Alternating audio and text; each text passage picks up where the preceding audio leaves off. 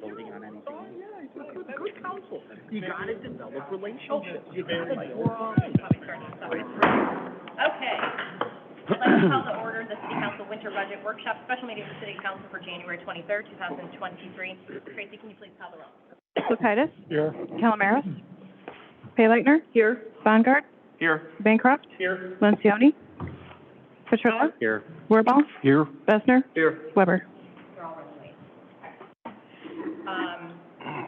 Okay, so just to put this in sort of a framework, and I know 3 people are not here and they will hear this, but I'd like to try to keep it to 2 hours, everyone, if possible, unless there's some burning desire to talk longer than that, I understand. This has traditionally been like over a weekend, we've done these workshops, I think maybe not last year, we had before, coupled with some other things. We decided to put it on a Monday night, that we had a light government services or ops meeting, so here we are.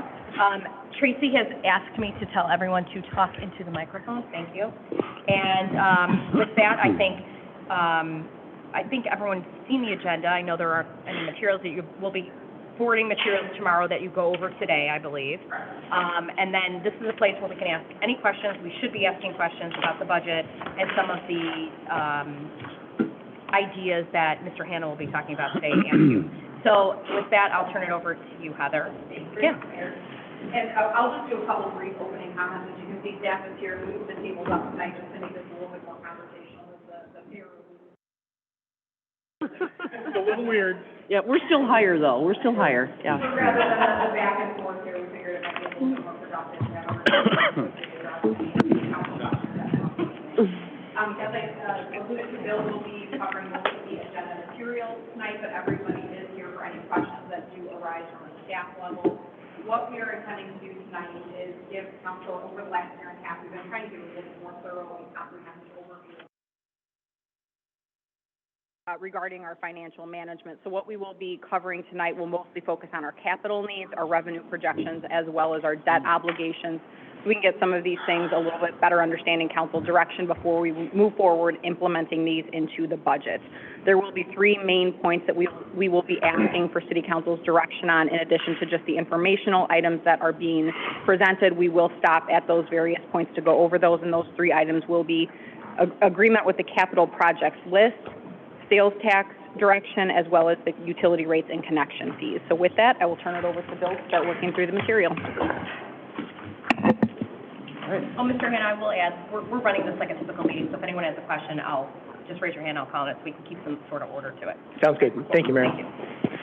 So like Heather said, this meeting is a little bit different than the past. We used to have this on a Saturday and a little bit later in the process, I think, towards the end of February. So this actually works out pretty good. This gives us a chance to just sort of bring up some big picture topics, talk about some trends going on, and we can have a conversation and give staff some direction as we move forward in getting a draft budget done. So I do want to mention that in our outline that I'm going to start with right now.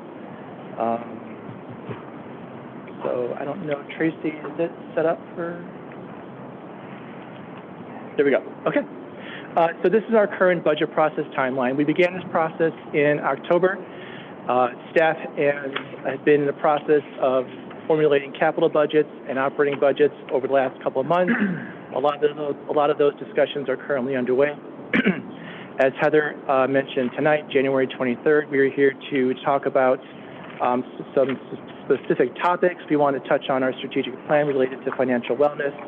We want to talk about some new metrics that Moody's has for rating cities and counties, talk about some revenue trends, staffing, compensation, pensions, some major capital projects update, capital project funding going forward, and utility rates. One of the things that we've been trying to do actually over the last year, we've been trying to make steps to actually creating a draft budget rather than just a final budget document when the budget is approved in April. So it's something that we've spent a lot of time on. Everyone here has spent time on helping us in that endeavor so that we have a really clear draft budget for everyone to look at prior to having budget discussions in March. So that is probably one of the biggest changes that we've been working towards, and we're actually excited to do that, to try and bring better budget usability, budget clarity, and budget understanding going forward.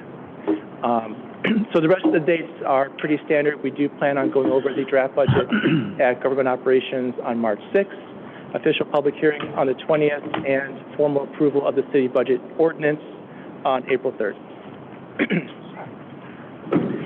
I just wanted to reiterate, now that the city has passed the strategic plan, the priority number 4 regarding financial wellness, and just sort of read it off as a reminder. The goal that was developed was implement policies, practices, and procedures that manage long-term liabilities, increase understanding and awareness of the city's fiscal condition, and continue the efficient use of city resources to ensure ongoing financial strength and sustainability. So there's a lot in there, but we think it was a well-crafted statement at the end, and it really encapsulated a lot of the things that we had been talking about during that strategic planning process. So these are the goals that came out of the strategic plan for financial wellness. Ascertain appropriate level of annual revenues needed to fund the city's capital projects with ongoing revenue sources. Evaluate and implement utility rates that provide the resources necessary to fund improvements to the city's water, sewer, and electric utility systems. Evaluate the city's charges for services for development-related items to better understand the costs and benefits of doing business in St. Charles. Identify ways to expand fiscal and budget transparency for the community to increase understanding of the city's finances. Maintain an appropriate general fund reserve balance in relation to the city's overall financial position to provide financial stability. And develop a debt issuance and management policy that will manage the current outstanding debt and provide guidance for the evaluation process of issuing debt in the future. The city did formally approve that debt policy in October of last year, but I think it was good that it remained in the financial wellness category of the strategic plan, because a lot of things come out of that kind of build on to other things that we want to try and have discussions on and achieve from the city's staff perspective. Number 4, I mentioned the draft budget that we're working on. We're really hopeful that that's going to be a significant step towards improving budget transparency for not just the city council, but the community. And a lot of the discussion tonight is going to focus on those first 2 points regarding annual revenues for capital projects and utility rates funding improvements to the utility systems. I'm not going to read these off in total, but these are some of the key policies from the debt policy that was approved back in October that we think are relevant regarding not issuing debt for operating expenses, looking for alternatives to debt financing to fund capital needs, understanding and evaluating the credit rating metrics that Moody's is using regarding if any actions by the city might impact that credit rating. And these are the 3 provisions regarding capital projects being financed with pay-as-you-go revenues, if they're $500,000 or less, making sure our total debt to general fund revenues is 10% or less, and making sure that we're maintaining or achieving a debt service coverage of at least 1.0 for each of our enterprise utility funds. So those are the 6 key components of debt policy that might get referenced tonight. And so Heather and I just wanted to reiterate those before we move forward. The last point there we wanted to add that we did reduce the city's outstanding debt this year by not doing any new issuances from about $109 million to just under $102 million. Any questions or comments on any of that? I want to make sure I'm not just running through these. More of a summary overview. I just wanted to check in before we move forward. Okay?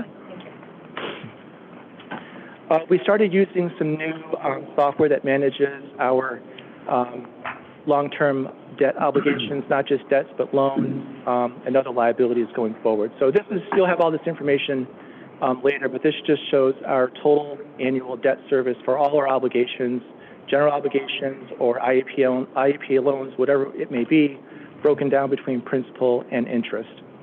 And this is just the existing debt obligations. This is not anything projected going forward. So you can see over the next couple of years, it's roughly about $14 million on an annual basis, principal and interest combined for existing obligations. So we're excited about the software because we're going to be able to use it, I think, to have some good information in our budget document as well. We can also break down that annual debt service by fund and the fund that's responsible for it between the debt service fund, which is primarily the general fund, our utilities, electric fund, wastewater fund, water, and any TIF district components that may be a part of that annual debt service. So, just wanted to include those charts as a good reference. The next thing we wanted to spend a little time on is talking about the city's bond rating and some of the changes that Moody's is making to how they rate cities and counties. So the city currently maintains a AA1 bond rating, which is the second highest one that the city can achieve. They recently revamped their methodology, and it was finalized in November, and roughly 7% of the rated entities were notified that they may receive either an upgrade or a downgrade. We were notified that no change was going to be anticipated. We were not under review for either an upgrade or a downgrade, so it's pretty much status quo for us. But some of the biggest changes that they are doing is that they are going to have an issuer rating, which will be similar to your underlying bond rating that we currently have, but then you also have an instrument rating.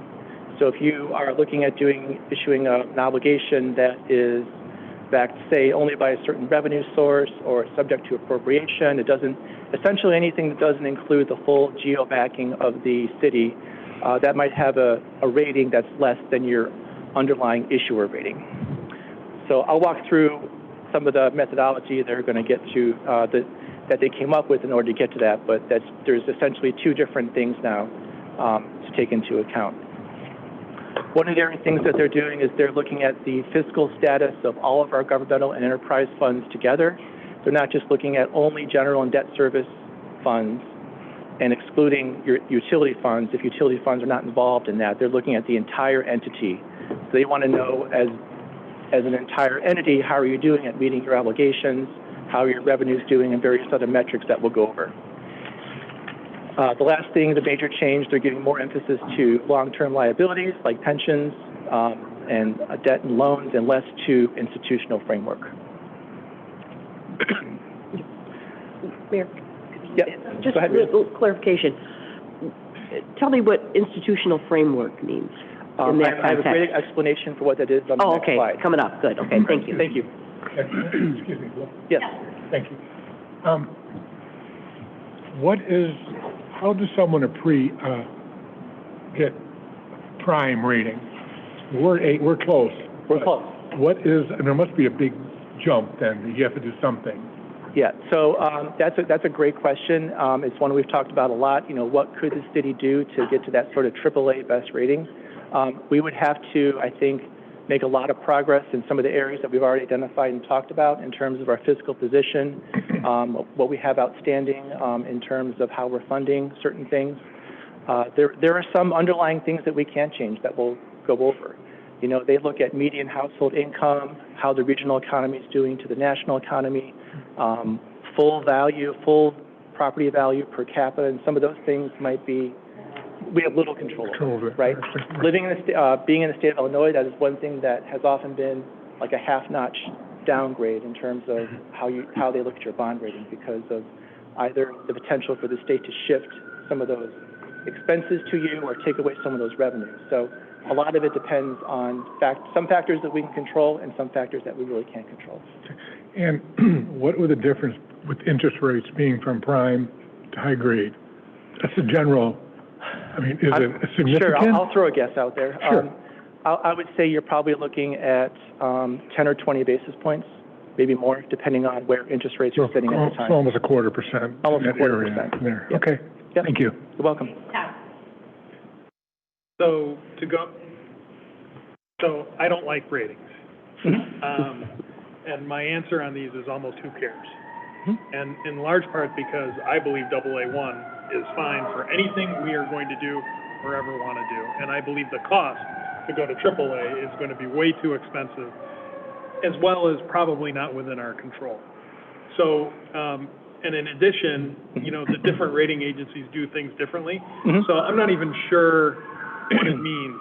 You know, was it a bad choice to be with Moody's? Should we have been with Fitch? Should we have been with S&P? So there's a lot of games that happen with these ratings. So I just caution everybody. AA1 is really good enough for anything we want to do. And to try to move up, in my opinion, isn't something that's really that interesting to me. Well, I think the debt discussions, the idea of managing our leverage, the idea of managing our cash flow is really interesting. Mm-hmm. This doesn't have a lot of meaning to me, just so you know. Okay. Yeah, Todd, I'm not saying we should do it. No, I know. I just wanted an explanation as to structure of why. My comments weren't in response to your Okay, question. okay, thank you. And some of this too, just to jump in real quick, is more about the metrics that are changing. Just something to be aware of as we're talking about general financial management, and as we consider issuing new debt in the future, there are some metrics that have changed, just so council is aware of those and how those may impact our debt issuance. Anyone's fine left before they'll take it again. Okay, go ahead. Okay, thanks. And I'm not recommending that it's necessarily something we need to try to achieve, but what I wanted to do was make sure that we had a collective understanding of what they're looking at. Yeah, because you're right, there are different metrics that different rating agencies My use. comments weren't meant to be accusatory to anybody. It was just my thought on this. So. Yeah, thank you. So the first step that Moody's looks at is they look at various scorecard factors.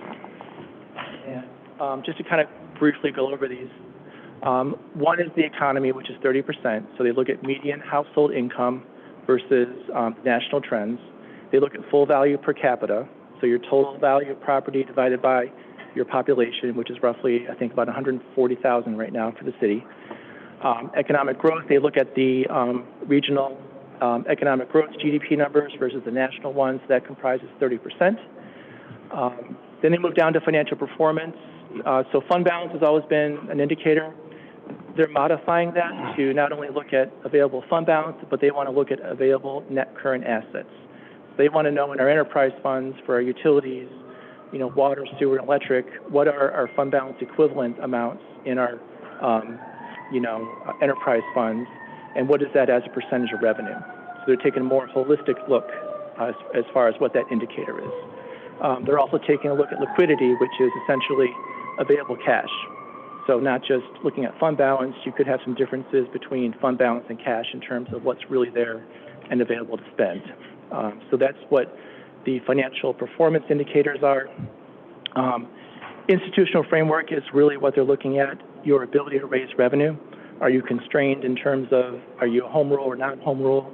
But they're also looking at how much you can control expenditures.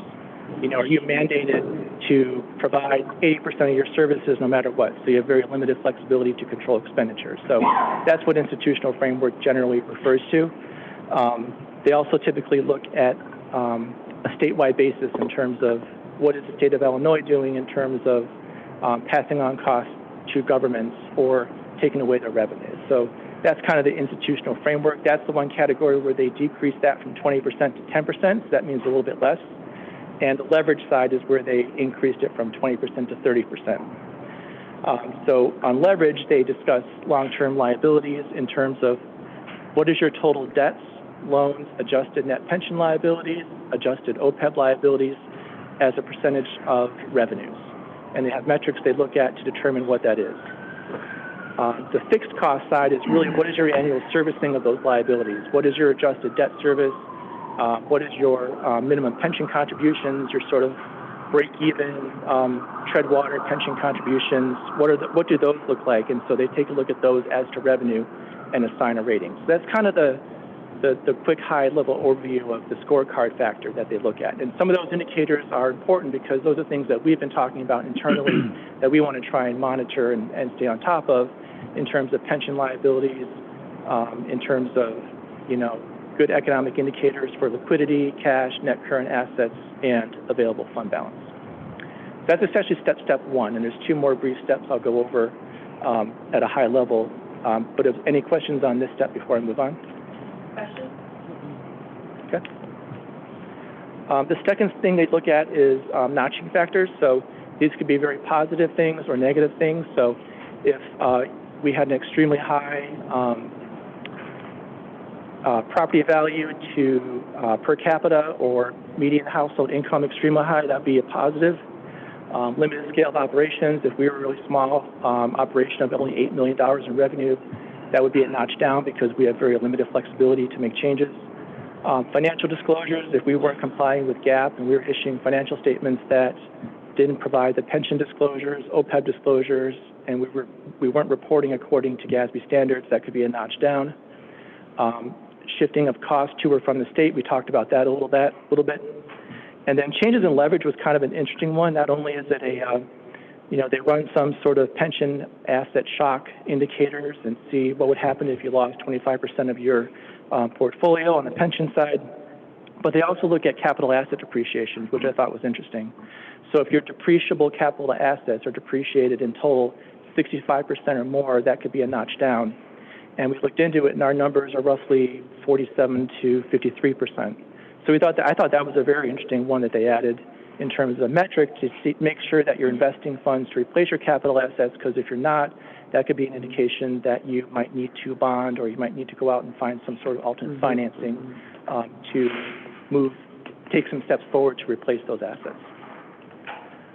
There's some other factors that they may take into consideration, but we kind of covered those: unusual risks, strengths or weaknesses, competitive types of issuances where you're in competition with our communities, or you had one employer that was providing most of the employment numbers in your community, or tax base. So those are some other factors that they would consider. And then finally, the last thing on Moody's, this is just kind of a walkthrough of them assigning an instrument rating. Again, if you're issuing general obligation debt, it probably would be the same as your issuer rating. However, if it was an alternate type of debt instrument that had only a pledge of a certain revenue, or there were other characteristics that might notch it down, they might have an instrument rating that's lower than your issuer rating. So I know that was a lot of information on that, but just kind of want to pause if there are any comments on that or questions. There's actually some really good metrics that we're going to monitor going forward, and actually see how we're doing as far as trends going forward. So we think it's good information to have. Yeah. Yes, Rita. Understanding Todd's point, and to be honest, it's always been your position.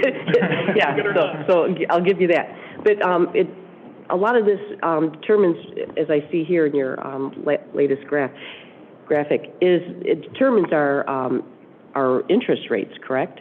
Or, yeah, your bond rating. That's why I always look at it, and it's, yep. And, we're in good shape for that, but yeah. What municipalities have a AAA bond rating in the state of Illinois? How many? So we talk a lot amongst my peers. So it's pretty quickly we can find out who has a triple rating. It's not as uncommon as you might think. I know some of the larger municipalities. I think Crystal Lake just achieved it a few months ago. What's Crystal Lake's population? Roughly 40,000 to 50,000, I think. I'm guessing. So. And we've talked about this a little bit, but when we talk about some of the ratio analysis, liquidity ratios and long-term liability ratios, capital asset percentages, we say these are the things that they're watching. But one of the things, when I think about all of this, going along with the other comments, are, so what are our goals?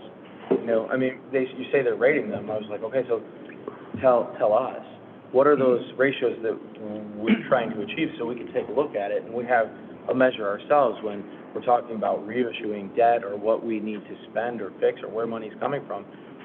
Like, so often you're like, okay, do we have the money? What else is going to be effective? Well, this would be great. Like, this is a piece of information that I often feel like I need to get a better handle on those decisions as we're balancing our priorities. So that's something that I'd like to see. And the other thing with, achieving AAA, what's the cost benefit? How much?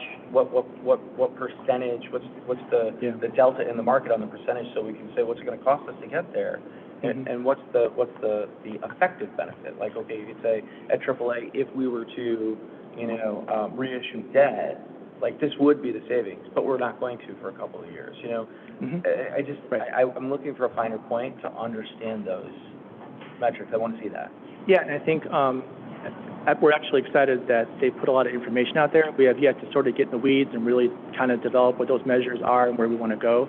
But it's something that we're going to start taking a closer look at. In terms of, the cost benefit of trying to get to AAA, I think, it works both ways. That's maybe one of those goals that's out there, but we also want to try and maintain. And there's a lot of things in here, that we need to probably take a close look at to maintain our rating, which is probably more important than actually trying to move up. But, and just, I'm going to say it back, that all sounds great, but tell us the goals that we're trying to hit. Yep. You know, like, We'll do instead of saying, well, we're trying to hit goals, like, more explicit. So I think part of it too of this exercise is just to say what the metrics there now have changed in terms of the percentages that they weight. And unfortunately, it's not as simple as saying plug your information in. I mean, we've paid financial advisors, I'm sure Bill and I, at previous jobs as well, to try to come up with that. And often you can look at other cities and see how they compare and see about where they fall, but they're a little tight-lipped about how these actually play out and, you know, presentations and how they receive those. So it's not quite the one-to-one. You can kind of get a good idea, but these are just factors that, as we're considering what financial decisions we're recommending, that we can say, okay, this is an easy one to tackle. This is going to be something that impacts our bond rating in a positive manner. This is something that we're going to recommend we go forward with.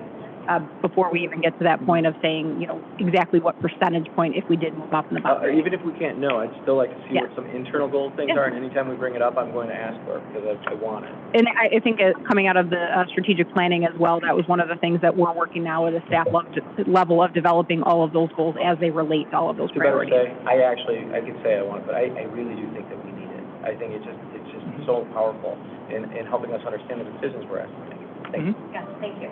Welcome. Anyone else? Okay, continue. So quick overview of our current economic environment.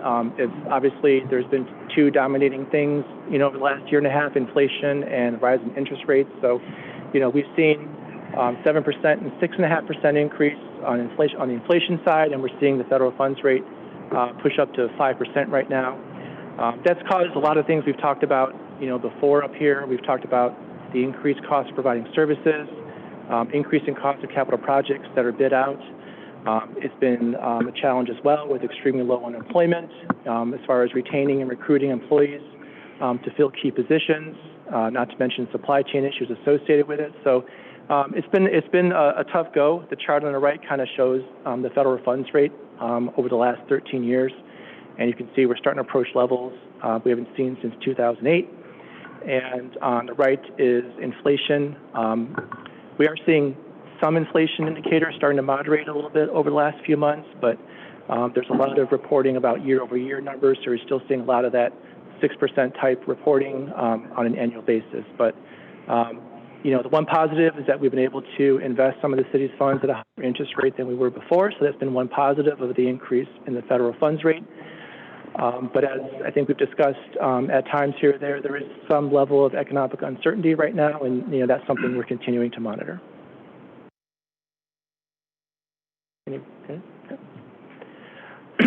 So this is our current general fund budget. We've discussed this before, but this is not the upcoming proposed budget. This is just what was originally adopted for the current year. As you can see, roughly $55 million in revenues, $54.6 million in expenditures. Most of that on the revenue side comes from sales taxes, which is roughly 45%, property taxes 26%. Our state income tax shared revenue is $4.3 million at 8%. And you can see the mix. Essentially, the general fund finances most of our operating departments: police, fire, city hall services, public works services, community economic development, as well as any sales tax incentives we have out there. And transfers out, which essentially is transfers out for debt service, which is around $6.4 million in the current year. That also includes transfers out for vehicle replacement and capital funding that we were able to do this year with some one-time revenues. So just wanted to do a quick summary on that. And kind of want to move forward in some revenue trends. As far as sales tax revenue, that's obviously our largest revenue source for the general fund. We've seen consistently some strong increases continue over the last year, both on our 1%, 3% combined, that's the blue line up there, and then our home rule sales tax revenue, which is the red line. We're continuing to see increases, I think, from out-of-state retailers due to the Leveling the Playing Field Act. That's, you know, generated more revenue on the sales tax revenue side, offset by a little bit of a decline in use tax revenue. We're still working on revenue estimates for next year, but right now we're looking at probably around a 3.8 to 4% increase in both of those sales taxes next fiscal year.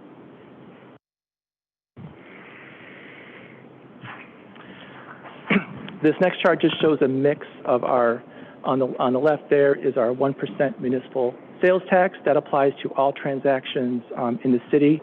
So this is the breakdown by SIC code, which is the publicly available information for all municipalities. And you can see the various categories based on store type where that revenue is generated from. Mostly on our side, automotive and filling stations because of car dealerships and gas stations.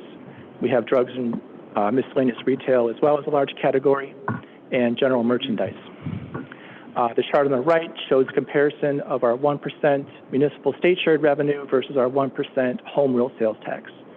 So even though both taxes are 1%, you can see the mix of revenue that we receive is much lower in certain categories because our home rule sales tax does not apply to certain types of transactions in the city, namely titled vehicles, food not prepared for immediate consumptions, and drugs and other types of prescription medicines. So you can kind of see the comparison there. Some of the categories are almost the same because the tax applies to both, and some are a lot less because of the difference in the applicability of both taxes. We updated our monthly treasurer and finance reports last summer, so I just thought I'd include some of the graphs to highlight really quickly on some of the trends. This is our 1% general fund sales tax revenue. The orange line is the current year, partially on a cash basis. We're still year over year more than last year, but you can see the big increase from the prior year. That level of increase is flattening down a little bit. This is our home rule sales tax versus our 1% sales tax. You can see that the year-over-year increases are a little bit more on this end of it, and so we've been taking that into account when doing our revenue projections for next year. Wanted to show a quick chart on state shared income tax revenue. This is the revenue that the city collects and distributes on a per capita basis. We're continuing to see strong receipts in corporate income tax and individual income tax revenue that the state's receiving, but they wind up giving it to us on a per capita basis. This is one of those revenue sources that's very unpredictable. It can go up and down significantly, and sometimes not what we think. So it's the one revenue source that we're going to monitor closely, especially over the next year, to see if there's any significant changes or changes in trends that we might notice with this revenue source. So this is a summary of the state individual and corporate income tax rates, as well as the amount that they share with municipalities. That's also known as LGDF, or the Local Government Distributive Fund. So for a long time, it was 10% up until 2010. In 2011, they changed it. When the state increased those income taxes, they decreased the amount that municipalities received. That's been the subject of a lot of efforts, by state associations, IML, to try and get that percentage that they return back to municipalities higher. So since we were talking about income tax, we just wanted to include these percentages so that everyone had it for a reference. And that's just the year-over-year change on income tax revenue. See the one blip up here, the receipts in May, that was for tax return filings in the prior April, so there was a significant amount of additional revenue during that tax filing time this last calendar year. Hotel tax revenue is a 6% tax, and as you can see in the chart here, same trends. We're seeing strong year-over-year increases in hotel tax revenue. We budgeted about $1.5 million. There was a lot of uncertainty as far as that, but receipts are up 38% year to date. So right now we're estimating that we'll receive revenues close to about $1.9 million.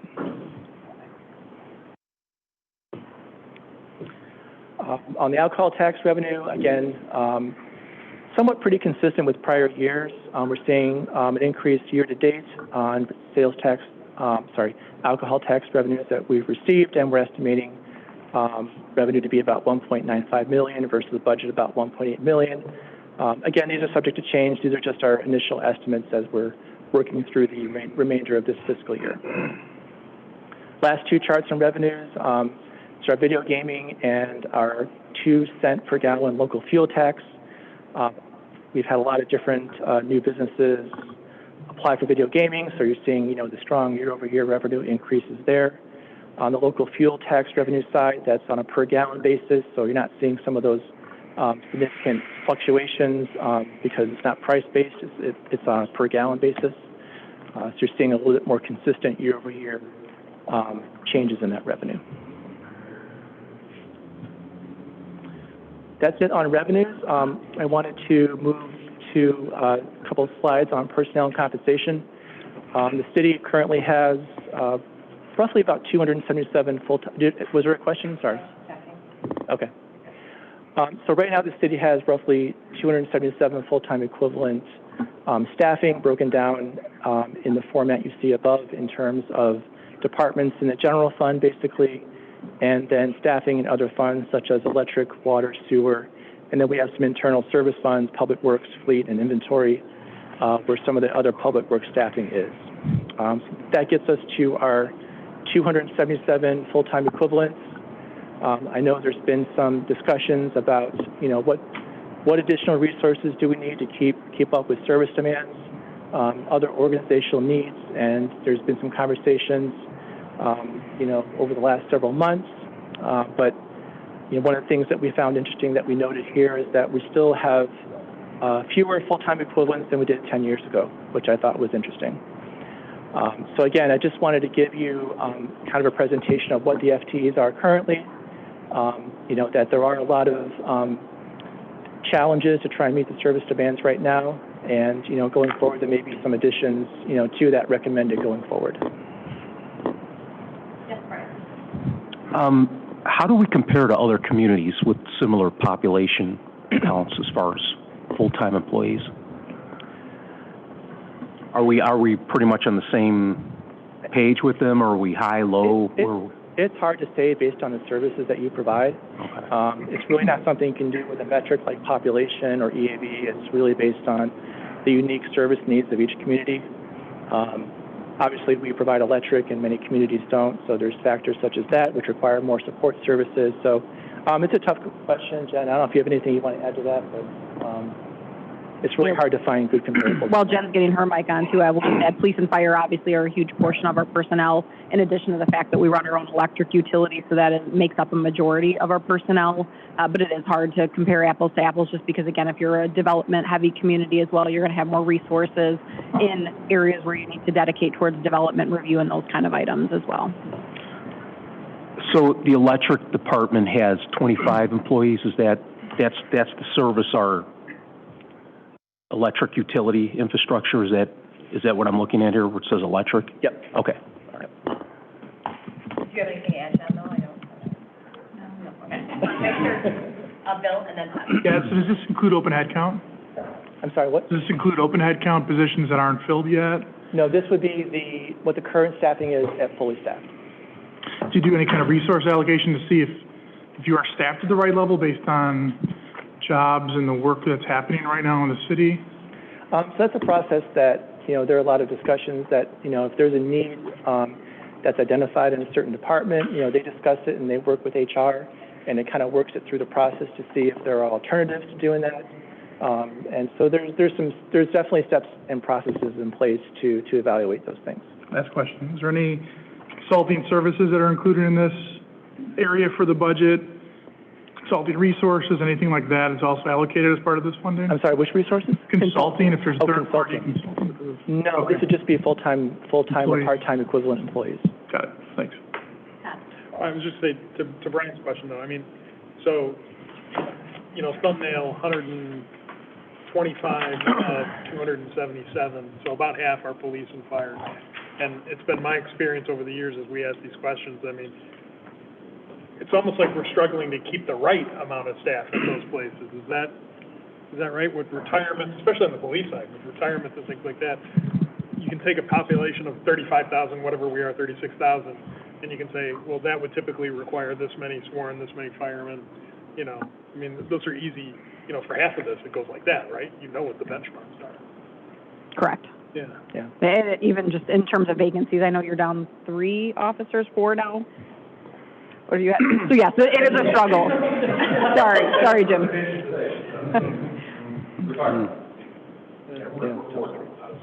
Yeah.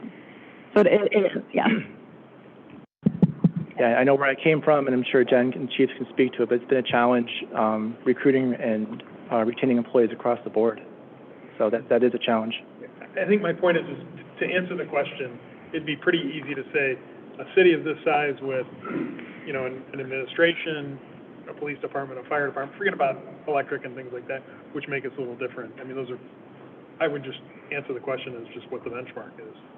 And it's my understanding, Brian, just know, over the years, we've always been slightly under both, I think, as to what the normal requirement is, but I don't know.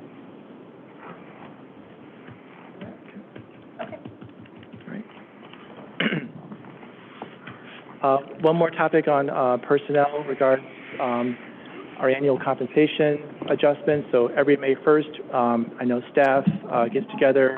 Jen does a lot of research and determines, you know, what's happening in the market. You know, what do we need to do to kind of continue with that attract and retain type philosophy for employees.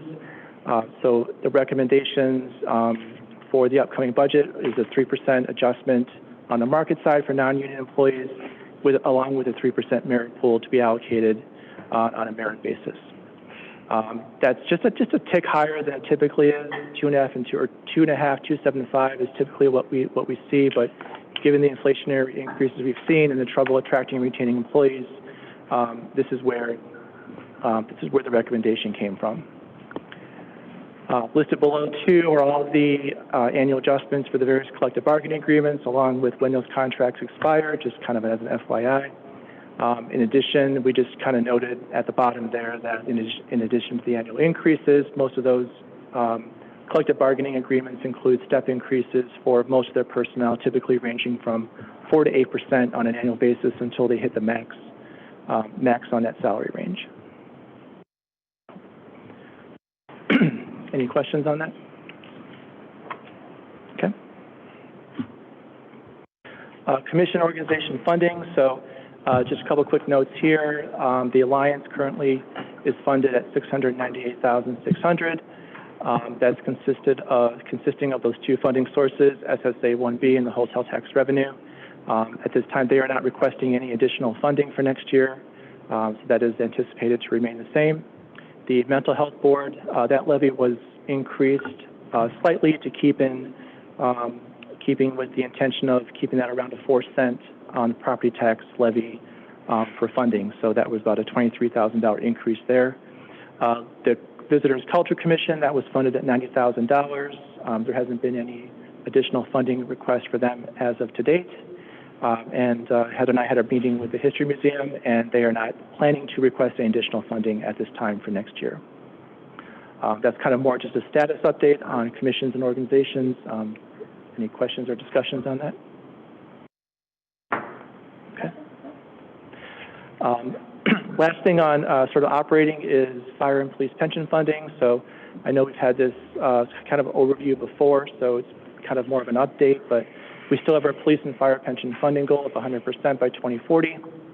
Right now, we have fire funded at 66%, police is funded at 50%, and the net pension liabilities for fire are about $24.3 million, and on the police side, $44 million. Those are the liabilities that show up on the face of our financial statements in conjunction with the accounting changes made several years ago. All of the investments are at the newly created statewide entities now. So there is no longer local control over the investment funds. The new statewide pension fund boards are investing those funds going forward. One of the things that we do annually, we took a look at this year with our actuary, is take a look at our investment assumptions and actuarial assumptions, make sure they are up to date. And we feel very comfortable that they are. We're using a 6.75% discount rate investment return, which we think is conservative. It's less than what the state boards are using in terms of calculating that actuarial contribution. So while the 66% and the 50% might seem a tad low, they're within range of other pension funds, and I like to look at those as a healthy 66 and a healthy 50% because we're using updated assumptions and methodologies in calculating that. Heather and I talked a little bit about having a conversation later this spring about getting together with the actuary and talking about some funding strategies on the police and fire pension side going forward. And some of that will be based on perhaps excess revenues or surpluses at year end so that we can tackle this a little bit in advance of that 2040 goal of 100%. A handful of you, I know, were at the legislative breakfast with Metro West on Friday. Senator DeWitt did mention that they are toying around with the idea of potentially extending that 2040 100% date out maybe by a handful of years or leaving it a little bit more in the hands of the municipalities. But either way, I know it's a question that I've received by many of you to this point, and it's something that we want to get a better control over so that we have the revenue on hand and we're not struggling to catch up year after year. Yes, sir. So with fire at 66% and the police at 50%, how much is that changing from year to year? I mean, do you know what it was last year or 2 or 3 years ago? That's a good question. I don't have it. I know last year was a difficult investment year, so I think those numbers tick down a little bit. But they do smooth out those investment returns over a 5-year period so that you're not seeing those significant ups and downs. So there's two different numbers. There's the market value, and then there's the actuarial value in terms of what those numbers calculate to be. So, but I do believe they did tick down a little bit from the prior year. Okay. Thank you. Yep. Okay. So moving on, I just want to, for reference, kind of a summary of our TIF districts. This is a 6-year history of the tax increment revenue that each TIF district has been generating. So the 2021 levy year is what we received in the current year, just for reference. We officially closed the Hotel Baker and the Moline Foundry TIF funds. The St. Charles Mall, we were pleasantly surprised at the significant increase in increment from 2020 to 2021. We're happy with that, and at this point, we can estimate that we'll probably be able to repay ourselves the advances that we made to that fund from several years ago to sort of help subsidize that TIF fund until it got going. So even though there's only 2 years left on that TIF, we're seeing some significant positive increment return due to the development happening over there. The First Street TIF is sort of kind of status quo in terms of the increment that was generated compared to last year. Then we have our manufacturing TIF. The Lexington TIF was, of course, dissolved, and this was the last year of receiving increment. And then we have TIF 7, our central downtown TIF, which the increment did increase a little bit more than anticipated in the current year. We won't know the updated increment numbers for 2022 until roughly March, April. So we'll have an idea where those sit at this time. So we listed the last levy year and fiscal year for increments just as a reference, and kind of just had this there if there are any questions or discussions about TIF in general. Okay. So the next slide is going to be a discussion on capital. One of the things we wanted to start off was Pete's department has provided us with a listing of some significant capital projects that are ongoing. This is not exhaustive. This is just some of the more significant ones that we wanted to summarize. One, we have our typical MFT street resurfacing projects, which is roughly $1.5 to $2.5 million a year, depending on available funds. Some of those streets have some significant reconstructions or base reclamations over on Swenson, Stern, Prairie, Southgate, Couts. So those are listed there.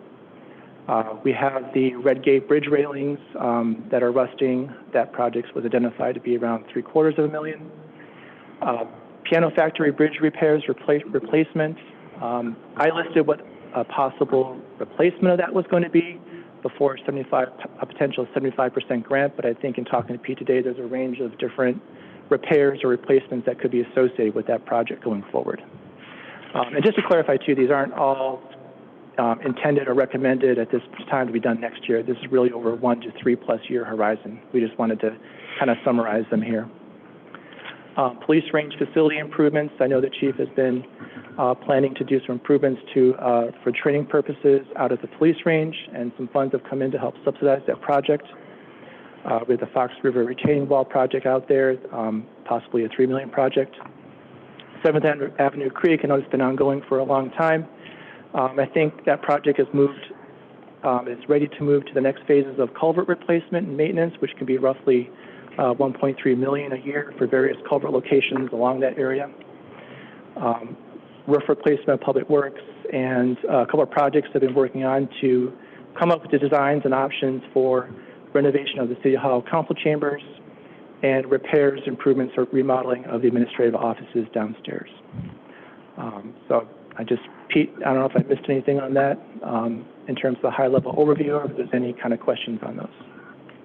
Yes, thank you. Those are the projects that I know we've been discussing, and council members have all given me feedback on, either, needing to take a look at them or needing to work them into the budget. So I just want to make sure that council is in agreement that these projects are the 1 to 3 year priority projects, and make sure there's nothing that is floating out there that council has heard feedback from the community and is aware of that we need to make sure that we're looking at. Todd? So, I don't know where the flooding is and that issue on 18th Walnut, that area. And every time I see 7th Avenue Creek, I'm going to say that, that's all I will. So, I've said it again. I don't know if we feel like that's been solved, or there's no reason for 7th Avenue to have a budget of $1.3 million and no one to think about that. And not that you're not thinking about it, but that's my point. Is that on? Maybe? Yeah. Good. Is 7th Avenue Creek solved? No. We're done with 1 phase out of 3. So the next phase is, generally speaking, an engineered solution, which is mainly culvert replacements from really the southern end of where we ended phase 1 to the river. So, our strategy for phase 2 was simply to kind of program these culverts one at a time for the next 5 to 6 years. I can't remember the actual duration, but in general, that I believe that's the total for per year. It's roughly the average per year. Average per year, so it kind of goes up and down. The one thing that I will say, we've got some budget numbers that didn't make the list here, but we also do have some infrastructure storm work on State Street Creek as well. Yes, Brian?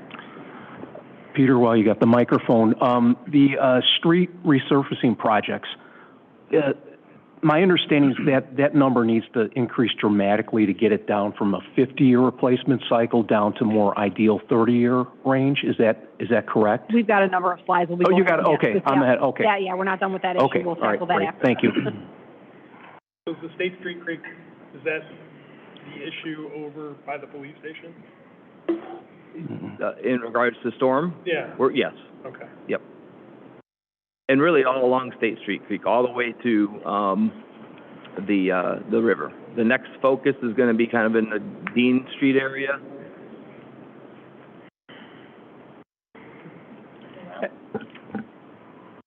And to Pete's point, this is not an exhaustive list. This is kind of some of the highlights. There's a lot of other capital projects out there that we would include in a more comprehensive draft budget document. Okay, just because I can't help myself. So on the 7th Avenue Creek thing, so that's this massive project that fixed a lot. We bought a bunch of, land. We solved a lot of problems. I don't know. I don't even want to say it's lesser than it was now. It certainly feels like we've mitigated some of the issue over there, and what I want to make sure when we think about these capital projects is we're not taking one area of the town and going all the way. If we have a bigger issue on another area of town, that may have to wait and move over there. And I know you're thinking about these things, Pete, so I want to say that. So it's on the record.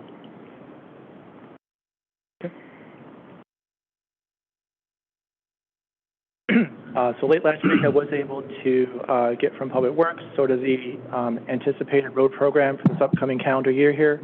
It's roughly 4.7 miles of road, MFT funded, and the various sections listed up there. I'm not going to read all the street names, but that is currently what's planned for this upcoming summer and fall. Okay. And there will be a presentation of the actual pavement assessment that was conducted. I know Public Works is wrapping that up right now, but that will be fully presented to council at an upcoming meeting as well. All right.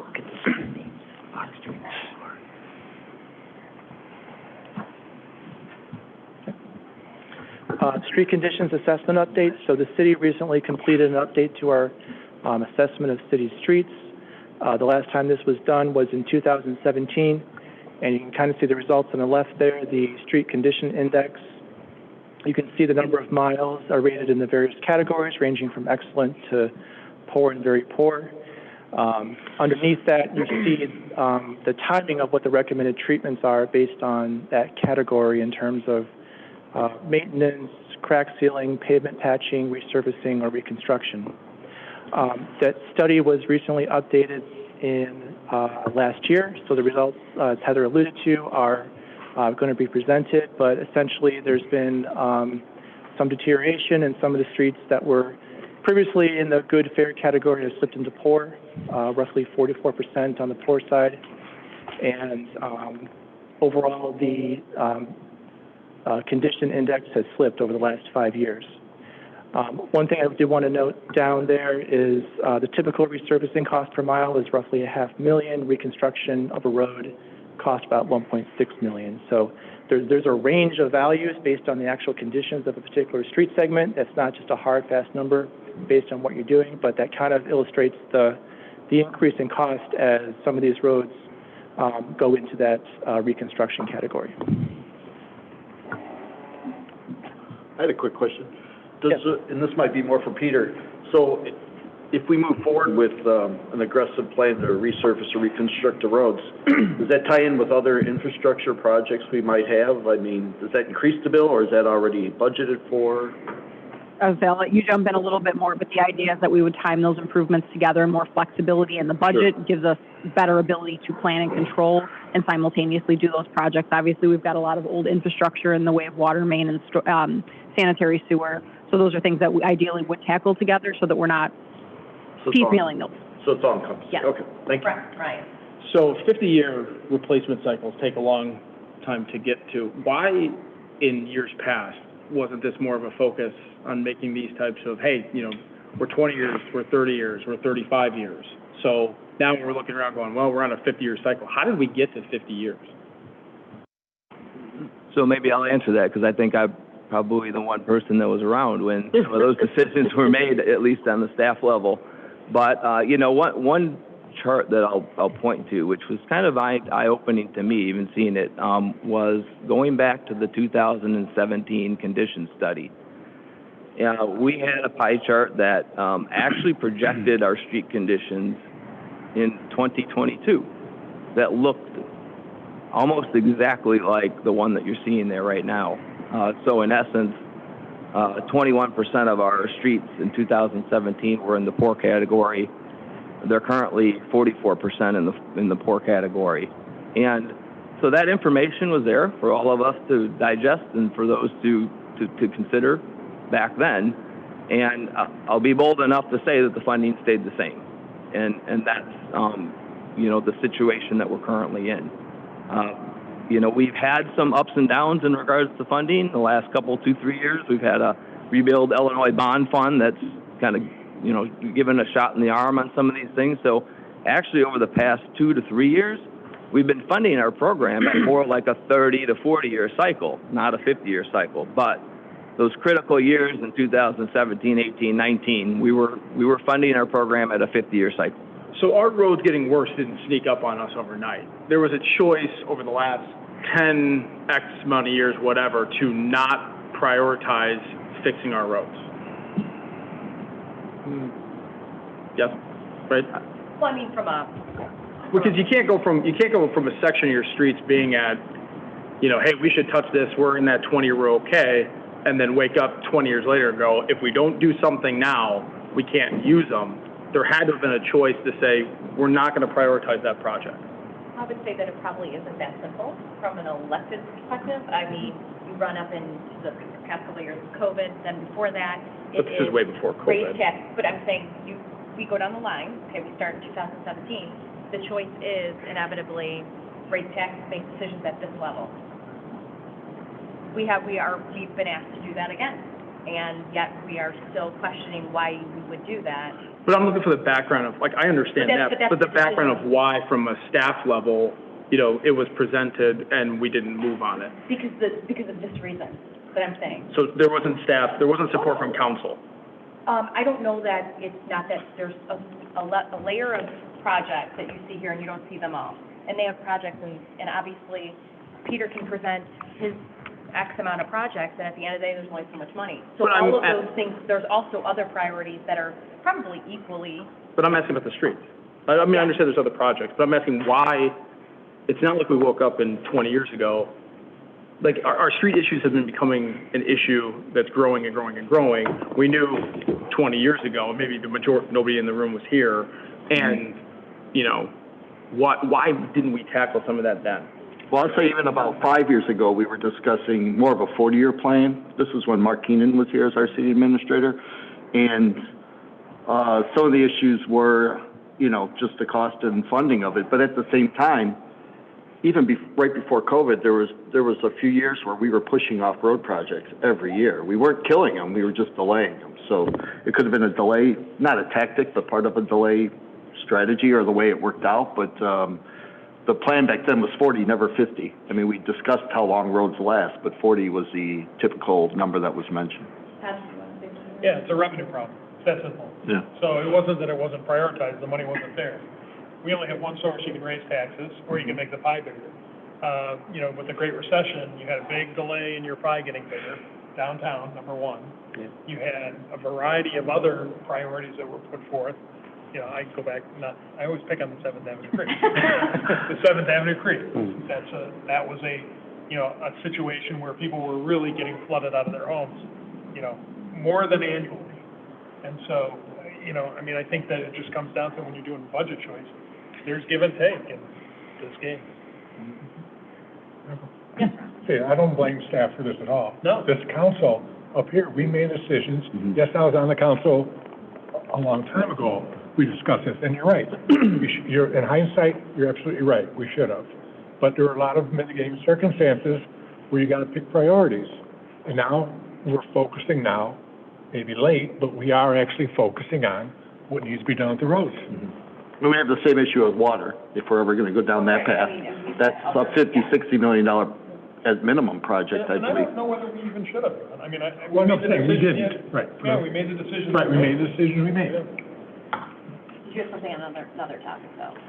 No, I was just gonna ask on the roads, because, with this, and it's just something, I don't know if this is a right now thing, but, you know, I would think the amount of funding that we need to catch up, and the amount of money that we would need to maintain, so to go from 50 to 30, and then to stay at 30, I would expect that there would be a change between those two, and I was hoping to get a little bit more detail between the two of those, or a little bit guidance, you know, finer points on. When you say a change between those, are you talking, like how the pie chart would shift in terms of? Yes, like how much will it cost to, you know, we're gonna have to add more resource to catch up than to maintain, because once you're at 30, you don't have to kind of, you know, double time it to get back to where you wanna be.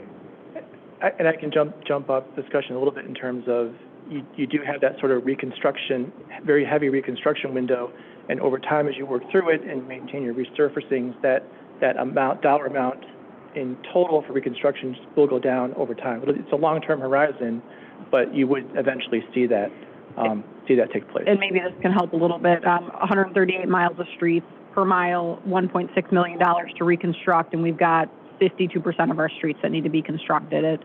Even if we're allotting $7 to $8 million a year, I mean, obviously that's math on how long it's going to take us to catch up with inflation. So we're 20 years before we're caught up into the cycle that we need to be.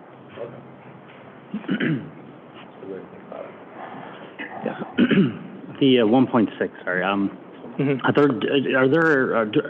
there any wiggle room that we, or maybe again probably for Peter, sorry Peter, can we get that 1.6? Is there any mitigation techniques or strategies or are we totally locked in because of unions, labor, or what have you?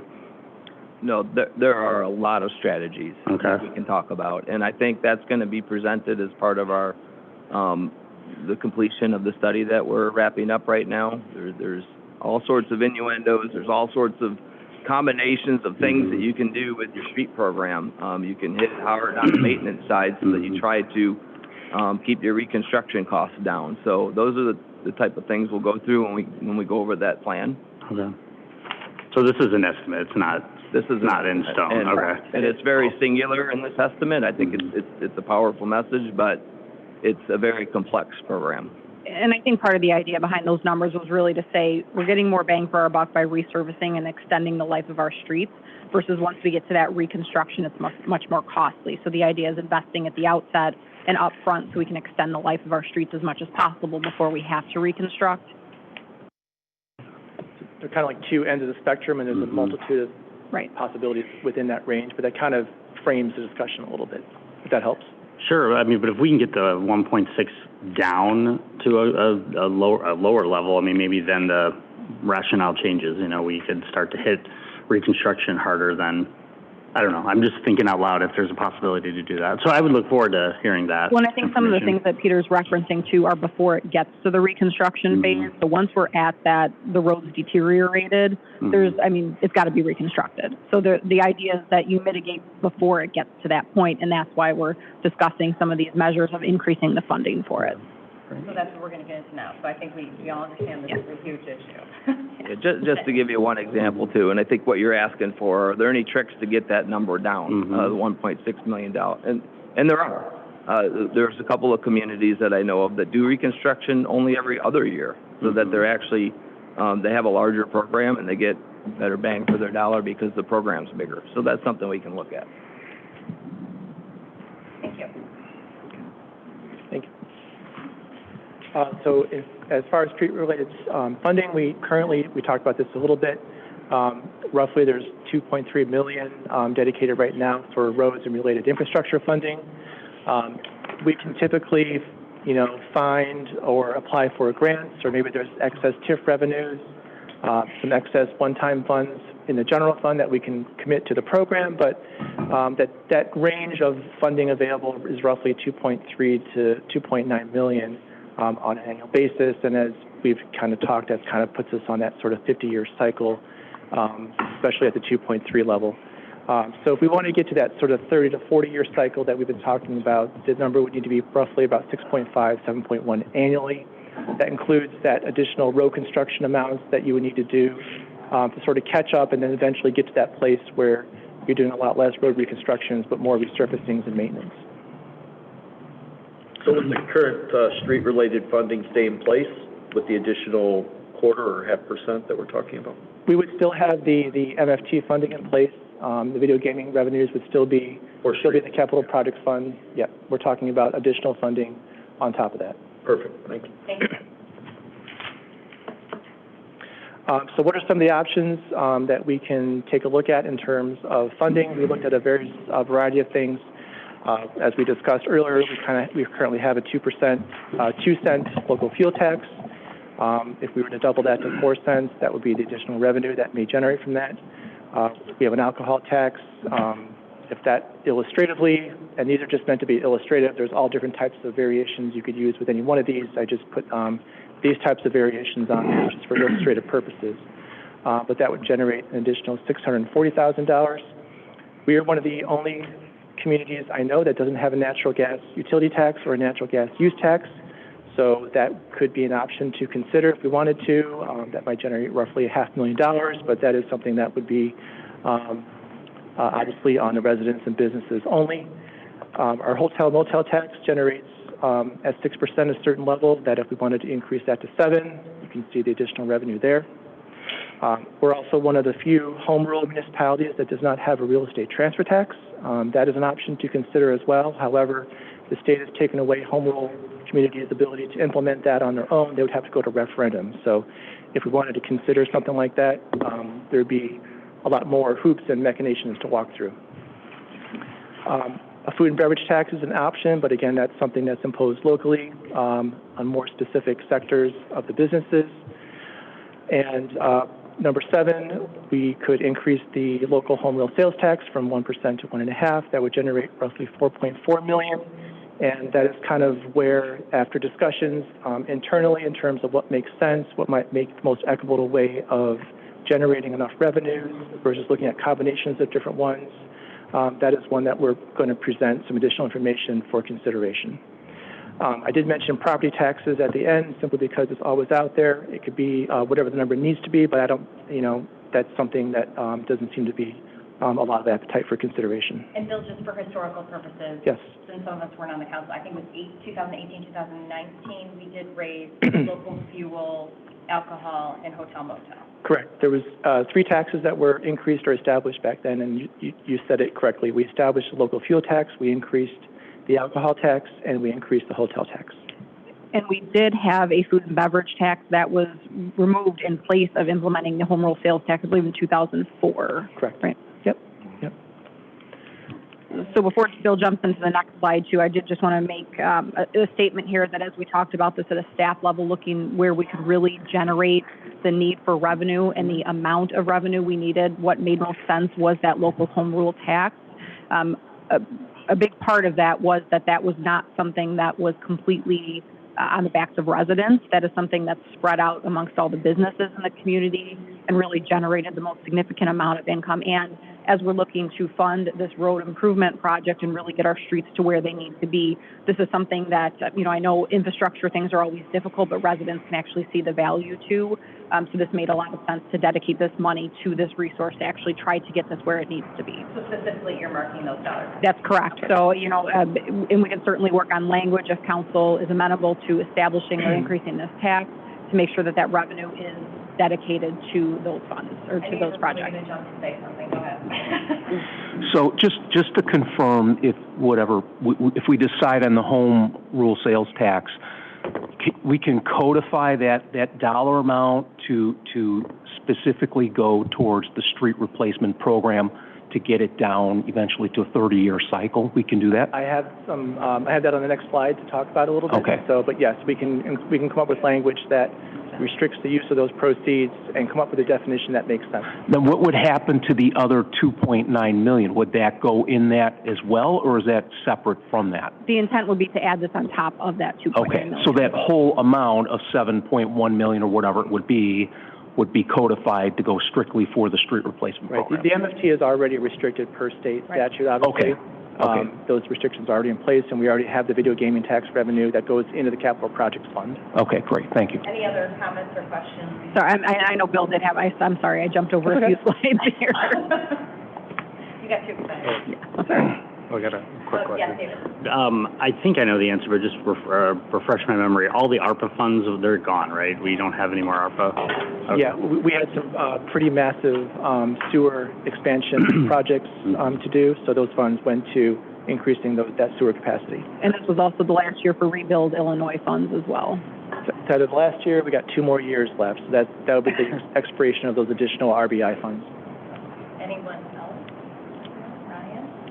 Todd?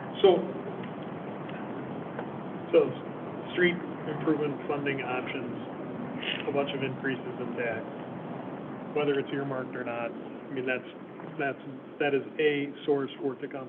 What if this council challenged you and said, no, we want to do it out of cost cuts? Is that even? So Bill and I have spent a lot of time looking at our general fund, and just off some quick numbers, 80% of that off the top is dedicated to personnel costs. That's union contracts, health insurance, pension costs, all of those items. So of the remaining amounts, a large percentage of that is dedicated to contractual services such as gasoline, legal fees, all of those type of set costs that we don't have a lot of flexibility with. Our discretionary spending within the general fund is pretty limited, and I'm talking about conferences, maybe some supply discretion. I mean, we're talking about $200,000. So just to be clear, and then please jump in. Just to be clear, if the challenge was cost cutting, we're really talking about people and therefore services. Correct.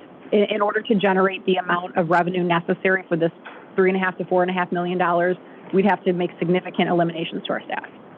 Like spring cleanup or leaf collection, which I don't think any of our residents want that to be cut. So, Ryan? So is there a memo sitting where, so if we went department by department, that you could actually, if you were gonna say across the board, because we don't wanna pass a bunch of tax increases to make this work, is there a memo drafted by department of what X cuts would look like? Whether we choose to do it or not, or you have it, but this is what you legally cannot touch because of agreements, and this is what we're choosing that we don't want to, but if you were gonna be forced to do it, to say it's a 1% cut across the board, or 2%, and it's going to streets, Has that exercise been completed? So the exercise has been completed in terms of us discussing. There's not a formal drafted memo in that format But I mean, that like, we're yeah, like suggesting, something, like. but we've looked at it, and a lot of our costs, just for explanation, are split amongst departments. So if we've got $1 million cost for X, that goes to certain percentages to each department. So it's not like I can go to HR and say, cut 1%, because their 1% would include things that are included within the rest of the general fund budget as well. So if you're talking about a 1% amount to our $54 million budget, I don't think, not to say I don't think, there isn't the type of revenue that we could cut outside of contracts and personnel to generate that kind of money. So, I'll just go down it. So one of my concerns is how sustainable this is. Because here we are in 2023, and the likelihood that this is a question, a challenge that this council has faced before. You know, 4 years ago, you had a $46 million operating budget. Now we're at 54. Fast forward 2, 4, 6, 8 years, how fast this thing is going to get bigger. And I understand how difficult it is to look internally. Well, we can't cut this, we can't touch that, you got to have that. So what we do, we just keep turning the lever, going back, saying, well, we can move this up 1.5%, we can go 1 here. I get it. Our roads need to be addressed. My concern is that a sustainable model?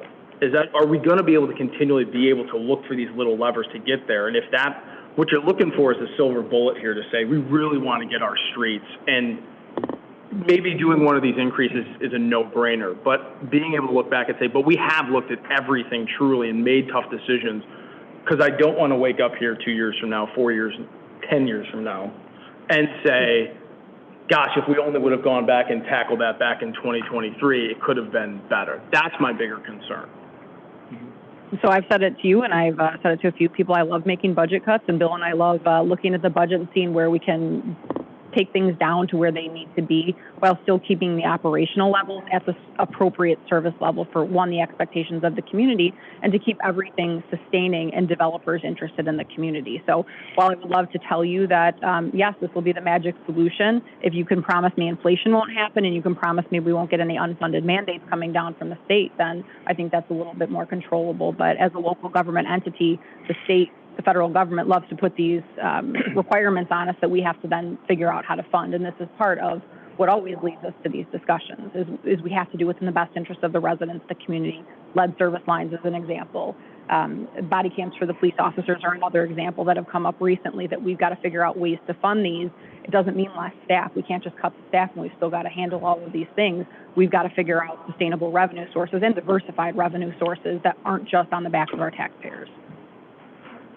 And then I'll jump in. The councils in the past have never wanted to really push a tax. I mean, it was, I wouldn't say everybody was shy at the point about doing it, but their goal was to try to find another way without raising any kind of taxes. And if I'm not mistaken, it took us, as long as I was here, probably 10, 11 years till they unfroze the levy 1 year. Or I think a couple of years ago, we even said, how long can we kick this can down the road? Right. And we said 5 years. And it's not because you don't want to do it, but I would say, one of these things does have to happen. Mm-hmm. I think, in my opinion, here today, this next couple of months before the amount of time that we need to get it, initiated. But other than that, I mean, we keep doing the things we're doing, like increasing, being attractive to development. Hopefully Pheasant Run, some of that, we reap that benefit. We reap the benefit of First Street. We reap the benefit of the development we have that not a lot of other communities have. We need to back that too, so we can bring in dollars other ways, at least through the community. So. And to Ed's point, we have that silver bullet a couple of times. Oh, video gaming was going to solve it. Yeah. And then, oh my golly, yes, for sure, marijuana was going to solve it. But we didn't raise taxes. Pardon? We didn't raise taxes and increase some revenues. No, right, that's what I'm saying, that was our silver bullet, yeah. And I know I cut Bill off here before he got through the rest of his slides. But one of the other things I wanted to say is that, we're talking about debt. We're trying to get our debt burden down a little bit more. And part of that discussion or philosophy is that so we can invest more of our actual revenues into the projects themselves, as we're talking about what we're paying in debt service right now. And I think we threw out the number of a $10 million debt issuance. We're paying $5 million in interest.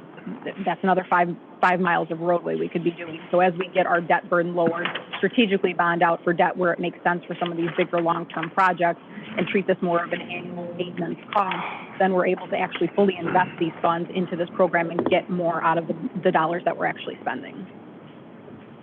Yes, Paul. No, I've been conflicted as thinking about this project, but I mean, when I take a look, and I love the idea of finding cuts we can make, but one of the biggest controllable costs in most businesses is payroll. But if you take a look at, I mean, just even using an average, like FTE cost, annual cost, which I know is low, of $80K, I mean, we have to cut something like 20% of the city staff. And again, most of that being Public Works, Police and Fire is the majority of our staff, and those are our operational And then what doesn't departments. happen that way? You know, I like to pretend that cuts wouldn't do it. But I mean, we're just talking about, in the past, magic bullets had no magic and didn't get it done. Right. So I really don't like the idea of raising taxes. It's always really difficult, but I also think that you make some pretty good points. And I certainly understand, and I think Bill and I have had this discussion point as well. We don't want to be the person that says we've got to raise taxes. We don't want to be the staff member that comes to that. But as we're looking at the problems that we need to solve and really making council aware of, here are the options, and we really believe from a staff perspective, this is the most logical and sustainable way to get some of our infrastructure projects under control. Well, and one way that you can help me out too is when we talk about what we should do. You know, we have a responsibility to make living in our city as affordable as possible. We also have a responsibility to make sure that our streets operate, so, you know, our utilities can, you know, like, go down and fix things so we can get trash picked up so people can go to work. So, I mean, only thinking about one side of this, I think, is not the right thing.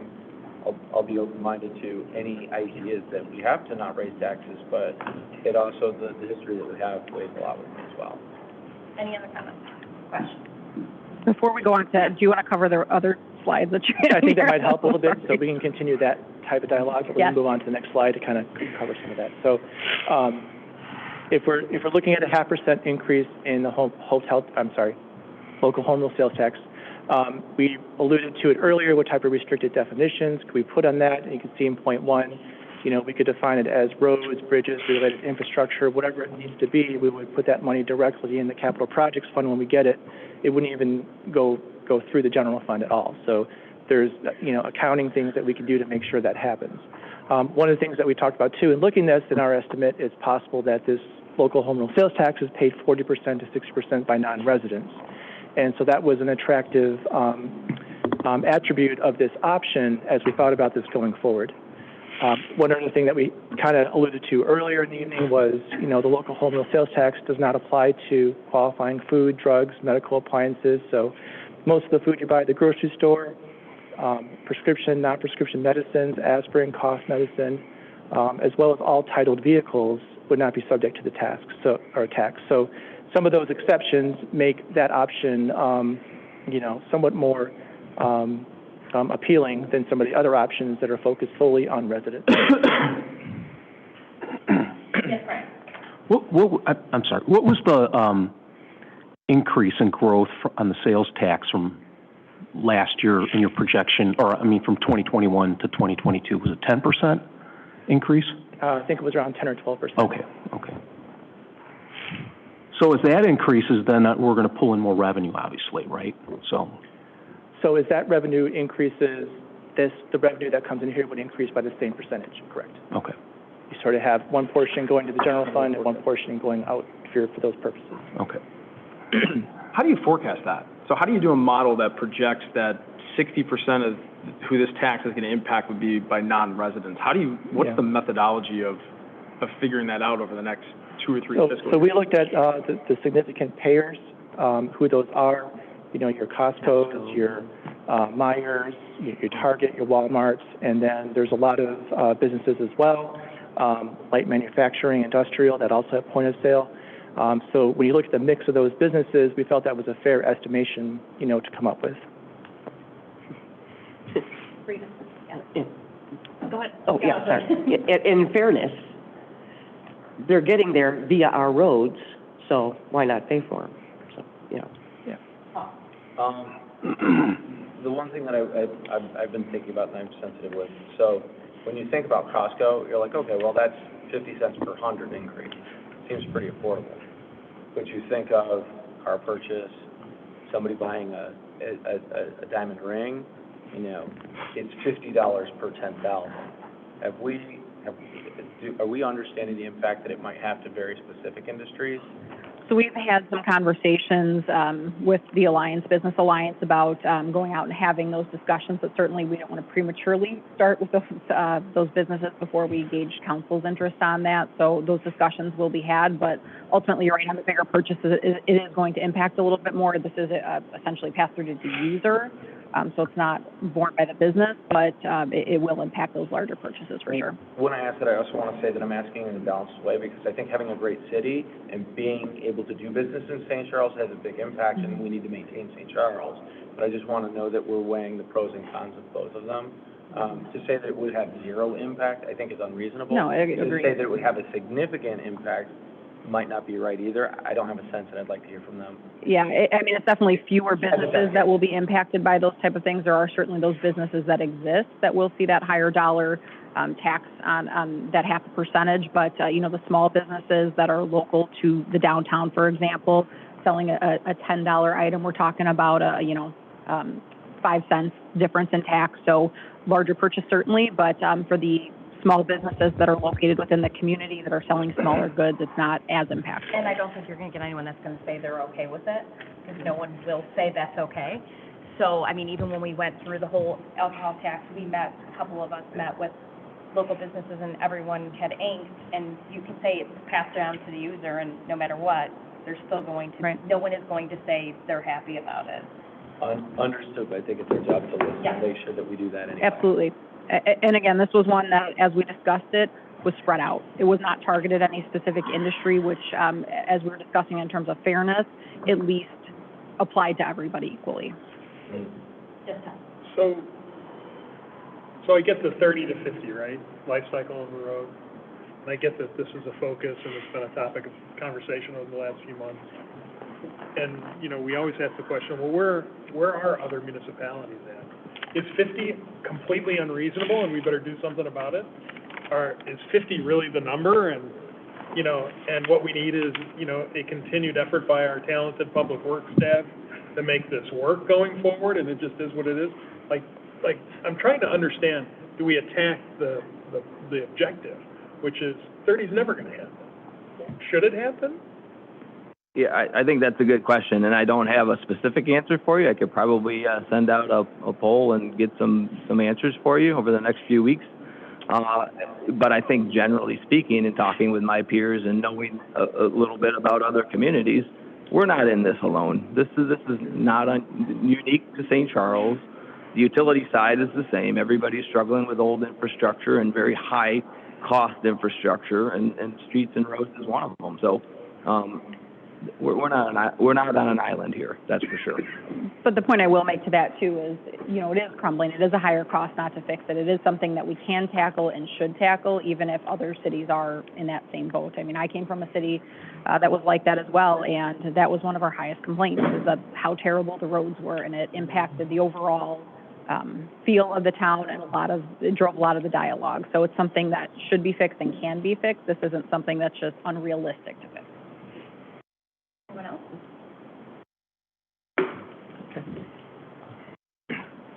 I think we touched on this a little bit, but just kind of the history of the home rule sales tax. It was established in '94, increased in 1997 to 0.5%, and then, as Heather mentioned earlier, increased in 2004 to 1%, in conjunction with repeal of the food and beverage tax. We talked about estimating $4.4 million in additional revenues per year. One thing, too, we just wanted to mention that it would provide that sort of flexibility and leverage to address future capital improvements. There's special things that are coming up possibly down the pike, including pedestrian and bikeway improvements, or if we want to talk about, slightly reducing future property tax levy increases, because now we have that breathing room. The roads are kind of funded. We can sort of focus on other priorities potentially that would give us that ability to do that as well. And just the final point, bringing this for discussion now, there is a deadline with Illinois Department of Revenue. If we want to consider making a change, we have to file something ordinance with them by March 31st to get it implemented July 1st, or September 30th to get it implemented by January 1st. So there's really just 2 trigger points on an annual basis that we have to get a change like this implemented. And the goal would be that if council was supportive of doing this for March 31st for July 1 implementation, that we would then collect that revenue that would start coming in after July 1st. and that we would use that to budget for the 24 fiscal year and then begin that higher roadway allocation in that fiscal year. So we'll have to wait a year. Yeah, there will be a delay in the actual collection of the tax, so for us, it didn't make a whole lot of sense to start budgeting for that this year, and then just essentially keep it in the reserves and then dedicate it towards a bigger project in 24. And so 19 years ago, we adjusted the levy, or the home rule sales tax. So with that, Mayor, that we would be looking for formal direction on this evening. Okay, so would you like to pause now for formal direction on what we're looking at the sales tax? Yes, on the recommendation for the 1 to 1.5% on the home rule sales tax. Okay, so I'm just going to go down the line here, and I'm just going to get a feel if you're comfortable with that. I'll start with you, Steve. Yes, I'm comfortable with it. You know, obviously we've had other segments of our industry before, whether it was the alcohol tax or the other taxes that have been increased before. I think it's the fairest as far as spreading around to multiple people, not just the St. Charles residents. So as of now, I'm supportive of that. As far as how it gets allocated, I'd like to see, study come back from Peter as far as what the real time frame is to replace roads before I say that I want it to all go towards that. Maybe some should go towards that. Maybe some should go towards paying down debt faster. I'm not sure, but as far as the increase, yeah, I'm comfortable with it. Okay, Ed? Yes, I'm comfortable with it. Ryan? Generally, I support it.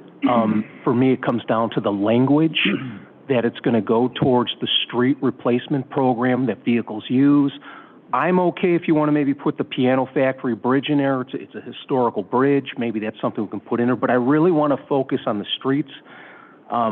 We're at 52% poor to very poor, and impacts quality of life for the people that live in our community. So I hear about it from people in different neighborhoods, so I'm supportive of it. I talked to a lot of people, and I explained it to them, and they seem generally okay with it, so I support it. Okay, thank you. David?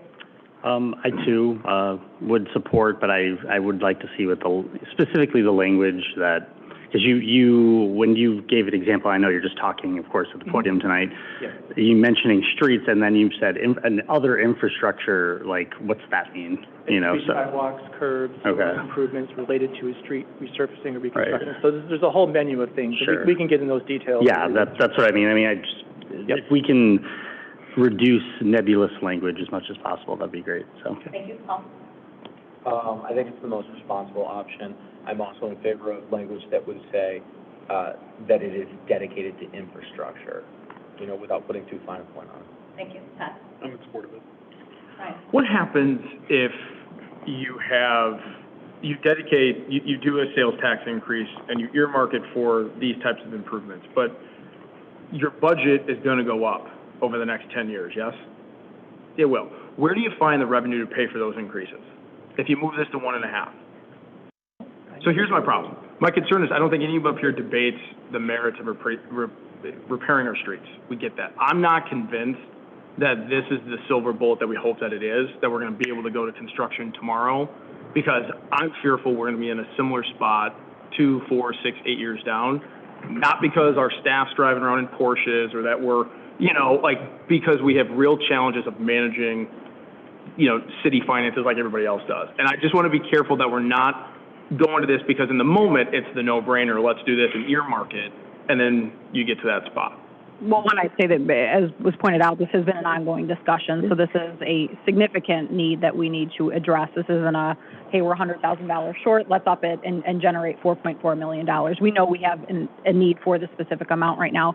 And year to year, obviously, our sales tax numbers go up. We hope that they'll kind of keep pace with inflation, but it's something we evaluate every year to determine what the best balance is. And we're always going to bring you a budget that's a balanced budget with as little property tax increase as we can based on the revenue we have. That's the benefit of having a diverse revenue stream, that you hope all of those things keep pace with your operations, because ideally that's what should happen. Sorry, Bill. No. Oh, No. Right now, I'm not Okay. supportive of it. Do you have any other solutions then? I'd like to explore looking at a combination of what potential cuts you could make, and if it's not, maybe potentially not doing it this year and looking down the line. So you want to be devil's advocate, you want to be the very same position many of us were in. I'm hoping 5 years ago. I'm hoping potentially that if we spend more time spend more time exploring all of our options and really getting into the weeds, and then coming to that conclusion of, listen, if I'm the only person, everybody else is fine, knock your socks off. But for me, it just seems like this is a moment where this is the easiest thing to go and do it, and I'm concerned that you're going to be in the same spot 8 years from now with other budget concerns, and now looking around for what lever can we pull, and feeling like, well, maybe we should have, maybe there was something we could have potentially done differently to get to where we ultimately all want to go. Okay. Rita? Yep, in some ways, I agree with Ryan. I think that, this is just solving one problem, and going forward, and is it sustainable for our other budget issues? Probably not.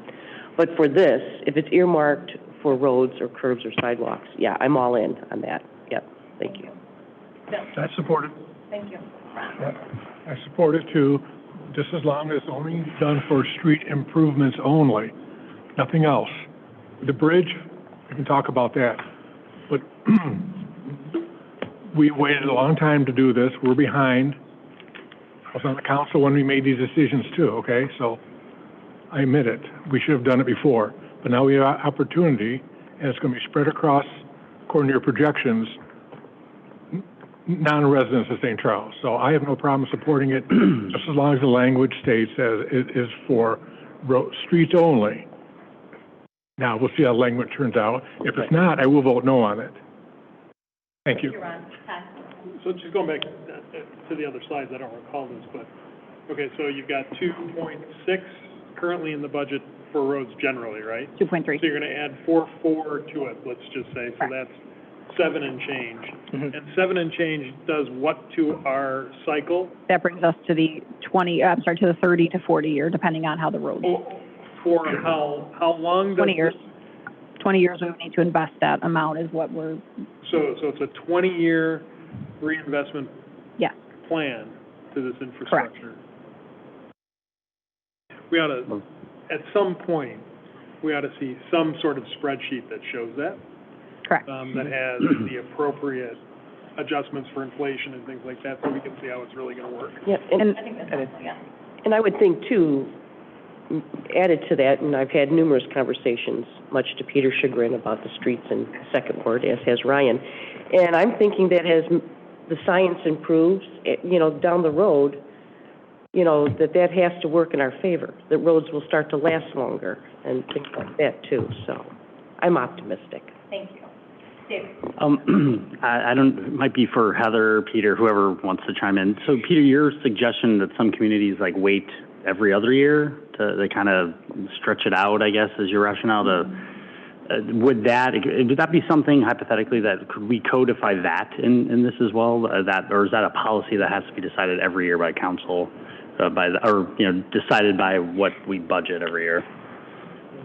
Because, if that could we explore that or see a spreadsheet that shows how from a capital fund, I think that we could work out the cost metrics, but I think, quite honestly, relying on staff to come up with those metrics and making sure that it's appropriate and making recommendations to council would probably be the better solution. And clearly, this is all going to come before you all, Yeah. and with language and everything, sooner rather than later. Correct. Just wanted to get a sense in general, Sure. sounds like in general. Yeah, again, really quick before, I'm not saying I'm not going to vote yes if I don't see that language. I'm not saying that at all. I would like to see, there's just a data point, so I appreciate the staff putting that together, so. Yeah, just to clarify to Todd's point, it's going to take us 20 years at this 7.1 million to get to the 30-year mark. Is that correct? Is that how I'm understanding that? It's going to take 20 years of, Generally speaking, but I think over Yeah. 20 years, you're going to see inflation rise, you're going to see costs rise for this. So it's not 7 million for the next 20 years, it's 7 million plus Right. a 3% But it's increase gonna take annually us- or whatever it may be. but it's going to take us 20 years, though, to kind of get back to That's that what I was gonna say. I 30 think the takeaway is this is not a 3 to 5 year fix. This is an ongoing. cost issue. long-term, okay, Years of Yeah. right, delay, yeah. got it, okay, And- thank you. Quick question. Ed, Just one more thing, real quick, too. We did the last study in 2017. We're a couple years behind that study. We generally like to do that every 5 years. So every 5 years, we revisit. We get these numbers, we see what it is, and then we re-strategize for the next 5 years. We were a little delayed this time because of COVID. That actual study got pushed 2 years in the budget. And I just had a quick logistical question, Peter. So if this does pass, what does this do to your projects for this coming year? Do you have to reshuffle Because we would them? have to catch up on that tax and get it implemented first. I think the intent would be to stay on track of the 2.3 to 2.9 for this year and then work that into the following year's budget. Okay. With MFT related, there's a longer IDOT approval process before you can get that project going. So from time logistics standpoints, it wouldn't really be practical. There may be some one-offs, and I think Pete mentioned that earlier, that could be possible, to include, but really you need a longer lead time for planning purposes. Okay, thank you. Todd? Okay, so again, I go back to attacking assumptions. So we've treated this 30 to 50-year differential in a panic mode now. We're going to raise taxes to do it. It's a 20-year fix. Is 40 years that much more materially better than the way it is now? What's what mountaintop did the edict come that 30 years is the right cycle for roads? Is that some industry standard? If money was no option, I think the industry would say 25 years. Okay. So does 30 to 35 years get us where we should be in a perfect industry for road reconstruction and maintenance? No. But it's a lot better than we are today. Okay, Brian and then Paul. You can go. Paul. And I had asked, it goes along with the question I asked, like how long will it take us to get to what is a 30-year cycle? Because dollars don't tie to years to me. How long does a road last? How long does it take to go from you just made it to moderate to very poor? Depends on traffic and everything, yeah. Some of that question's tough to answer with Midwest winters and some of those things deteriorate faster Yeah, than you anticipate, so. but I'm like, if we get everything, are we trying to get everything up to, like? One of the key things there is the maintenance on a new road. So, and we've done a lot more of that over the past 5 years, I would suggest. And again, we've actually been questioned on that. So you do a brand new road this year, and then you come back next year to do a little bit of maintenance on it, maybe some crack filling and some things like that. And a lot of people wonder, why are we spending money on that road we just resurfaced last year? Well, the dollars we're spending on crack filling are a tenth of what we would spend on reconstruction or resurfacing. So that's part of the key strategies that we're talking about, getting in front of these roads and getting on a maintenance cycle so that the 20-year road can last 30 years if you maintain it properly.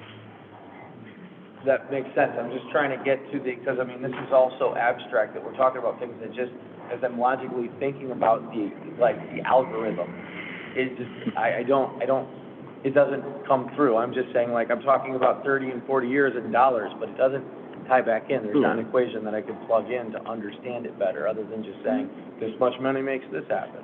One thing that might help, and it's a lot of information, but we're not quite ready yet to present the new information, but it might be helpful to send everyone the 2017 study.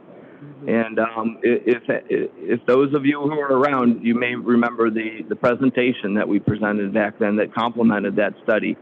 It's 50 pages long. It'll put you to sleep if you're not into this thing, but it might explain some of the things that we will also present to you with this new study. So I'd be glad to share that. I think it would be information that you might appreciate.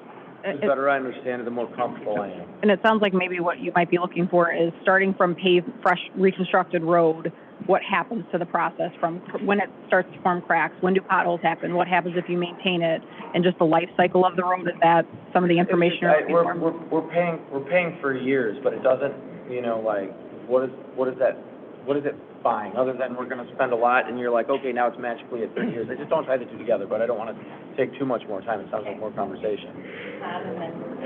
Well, so that's probably a better way of articulating what my concern is. It's not, we understand the importance of tackling this issue with the roads. I get that. However, you're not going to wake up tomorrow morning and everything's fixed. And, you know, we can say we're earmarking for X, you know, that you can unearmark things and go the other way and reallocate and do whatever. And who knows what fiscal financial situation you're going to be in 2, 3, 5, 10 years. And you're not going to wake up and have all your roads be done. And I'm concerned about all the what ifs that might come. You know, like recognizing that we want to tackle this, but yeah. Okay, go ahead. But isn't that the challenge to Peter? Okay, so the challenge to Peter is, okay, so we're gonna approve this, you're gonna get a commitment of the council, you finally got the ability to see the light at the end of the tunnel, maybe a 20-year tunnel, but you got the light. You know, but really, the challenge back to you is, how do you take $7 million for the next 4 years and make it appreciably better out there? What do you do with it? How do you, what's your strategy for it? You know, so approving this with a 20-year horizon doesn't mean in 20 years we go, wow, it's finally better. Approving this means in 4 years, maybe there's no red on the slide anymore. You know, I don't know, I'm just throwing that out there. What's the strategy for the application of the funds to what you have to do, you know, on an annual basis? And again, some of the discussion that we had is what streets are the worst streets? What needs to be tackled? What is going to be accomplished year by year? And I think some of that's going to be a discussion point at that presentation of the pavement assessment, especially in light of this discussion. And I think when you have a larger pot of revenues, you're able to do both things simultaneously. You can start to fix those reconstructions that you need to do, but you can also do the resurfacing you need to make sure those streets don't slip and fall into worse conditions. Correct. So it gives you more pool of resources to sort of tackle things simultaneously. Paul has comments that I don't know, we're gonna wrap this sucker up. Yeah, okay, my point in doing this, and I do support it, but the cost to the taxpayers is an extra 0.5% sales. You know, the cost to us is a clear justification, and I'm gonna hold us accountable for it. I do wanna see it, thank you. So having said that, I think a couple things. It sounds like we have the majority of support with some caveats. Like, we know that the streets are important, which may or may not include some infrastructure things. I don't want to get so technical and like, the street's being repaired and we have to repair the curb and the sidewalk, then that is the street, essentially. But I think we need language there. I think there needs to be some understanding of the previous plan, that if, even though it is 5,000 pages, if you could send it to Heather to put in the Friday update, that would be, I have it already. we would appreciate that. And I do think there needs to be some understanding, like, let's not let this topic die, because I still think there is, you know, we're not experts at what you do. And I think we all need to be a little bit enlightened on that to maybe bring us to a point of consensus, hopefully, before, you know, that'd be great to see this council be a consensus on a decision. I would love that. So, if we could get some of those materials, and this should not be the only dialogue. If you are fired up about this topic, if you do have questions, staff are available between now and, Heather, what's the date it's going to committee?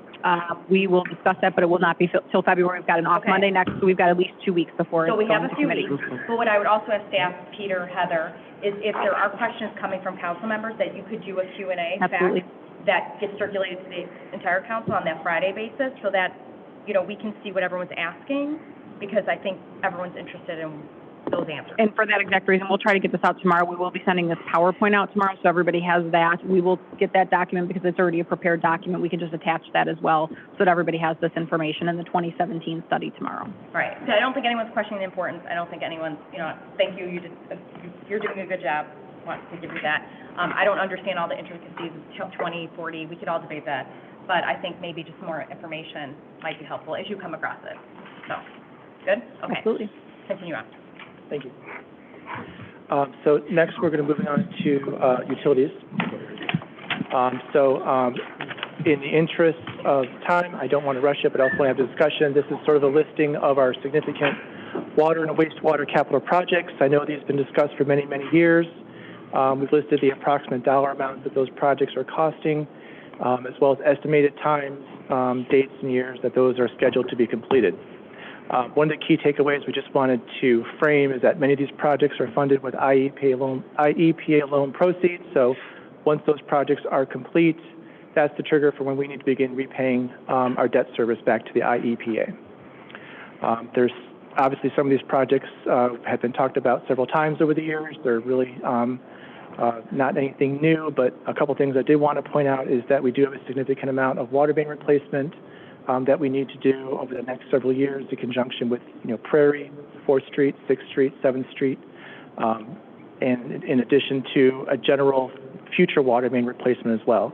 So that's something that we're taking a look at as well in conjunction with our utilities. Okay? Thank you.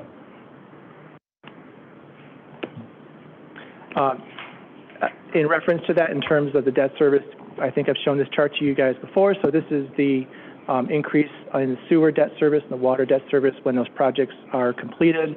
And so this is something we track to make sure that we can look at our revenues and make sure that we have enough money coming in to meet those new debt service obligations when those projects are completed. You can see the big ones, obviously, the Well 8 expansion project on the water side, and that beginning in 25-26.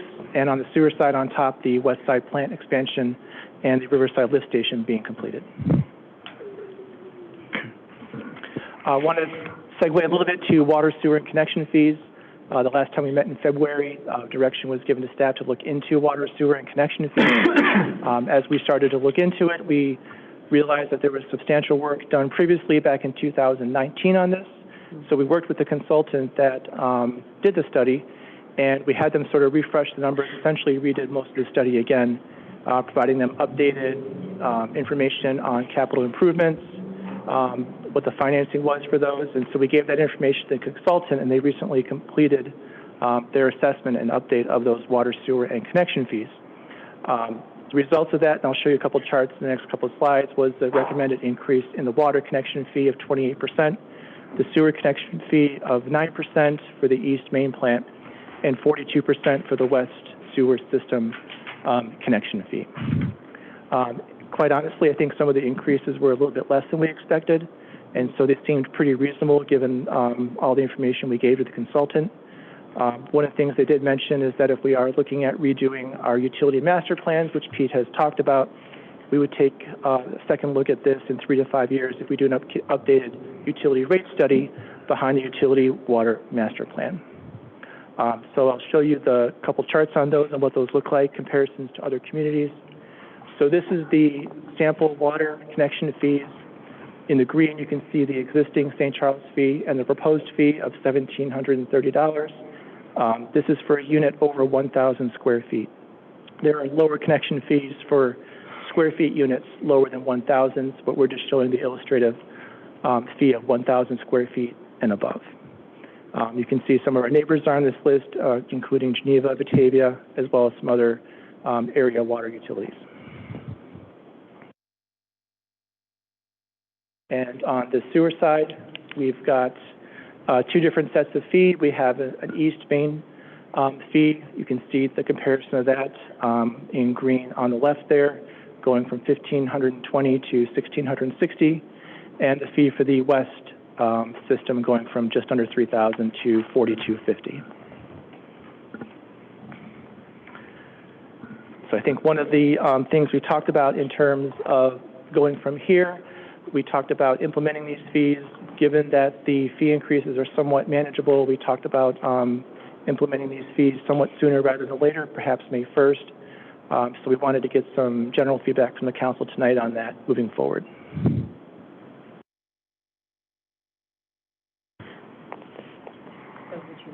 Yes, we would like feedback on, I mean, this is based on a rate study, so staff is recommending that we implement these fees and bring these to a committee meeting at an upcoming meeting to get these set for the You're next looking at fiscal both year. water and sewer, which Correct. I think the proposed Correct. in green. Okay, gotcha. Ron, do you have any feedback on that? No, Do I'm it. fine with it. Yep. Yeah, I'm fine with it. Yep. Do it. This side? I'm fine with it. All right. Good with it? I can't see. This is all new construction, new businesses as we move forward, correct? Connections, yeah. New connections. Okay. Okay, great. Thank you. Oh, go ahead. Yeah. So for a 200,000 square foot apartment complex, right? Yes. My point is, we're gonna do what we're gonna do. The increases don't look, the west side increase is fairly dramatic in my opinion. Mm-hmm. So it's $1,300 per 1,000 square feet, basically, right? No, not per square feet, per unit. I'm sorry. So 1,300 Per so 1,000 per dwelling square foot unit unit, over that's what 1,000. Yep. Yep. So my point is for, something with 200 1,000 square foot units, the fee is significant. 200 times that fee. Yeah. Yep. I believe that's how it's calculated, right, Russ? Yep. Fine. It is high, and unfortunately for the west, it's a little bit higher, but it is based on the infrastructure needs. Yeah, that's, It's a one-to-one. Mm-hmm. right. So this is not like a revenue source. This is what it costs us to do this. Yeah. It's a methodology where they look at the value of your system. Right. They look at the incremental cost of generating additional capacity. So they Right. blend those two methodologies together to analyze the total system cost, sort of a buy-in approach, Yep. and what the incremental capacity cost is. So it takes a blend of a lot of different factors. Mm-hmm. And they asked for a lot of information from us as we were working through this process. Mm-hmm. Yeah, I mean, you begin to just, but you do begin to price yourself. I mean, who's gonna build, and you begin to price yourself out of having development. It is what it is. If you do it. Okay, continue. Okay, thank you. Utility debt coverage. So we mentioned this earlier in the night when we talked about our certain provisions in our debt policy. So the red line is what we would need to maintain a minimum 1.0 coverage for our utilities. On the electric side, we are doing that consistently, but on the water sewer side, we've been slipping below 1%, 1.0 coverage consistently. So we really want to get that number above that red line and consistently above that line. That helps us long-term to start setting aside money for future water and sewer-related capital projects that we can fund with reserves.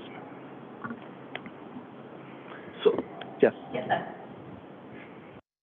so for electric right now, obviously, it looks like it's in good shape. Over the last 10 years or so, we've taken a few modest increases, I guess. Yeah. Is that what you're suggesting we need to do with water and sewer at some point, or are we almost there, or have we done some of that in the past? I don't remember. So we actually had a water sewer rate study done in 2019. I'm going to get to that in a few slides and talk about some of those increases. Got it. Thank you. So we had this utility rate study done in 2019. We've had 3 annual years where rate increases have been recommended. Some of those have veered slightly from what was recommended as part of the rate study for various reasons. One of the things that we wanted to bring up for discussion was we have essentially 4 years remaining from what was originally recommended as part of that utility rate study. One of the best practices in terms of, especially if you have a lot of IEP loans and you're looking to apply for more IEP loans, is that you implement utility rate increases for a multi-year period. That shows a commitment to the IEPA that you have these rate increases in place in order to fund those additional debt service repayment obligations that are coming up in the future.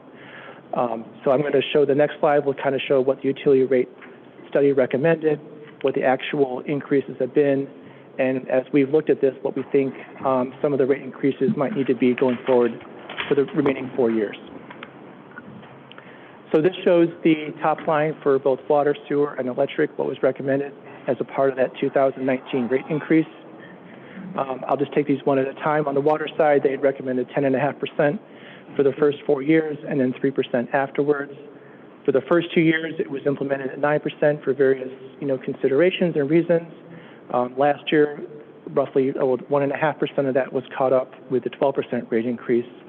And after discussions, we would want to, similarly for this year, recommend a 12% increase on the utility for water next year, and then look at 6% increases after that, and then 3% in that final 4th year. On the sewer side, they recommend essentially 5% increases every year. It was a 2 back in 21-22.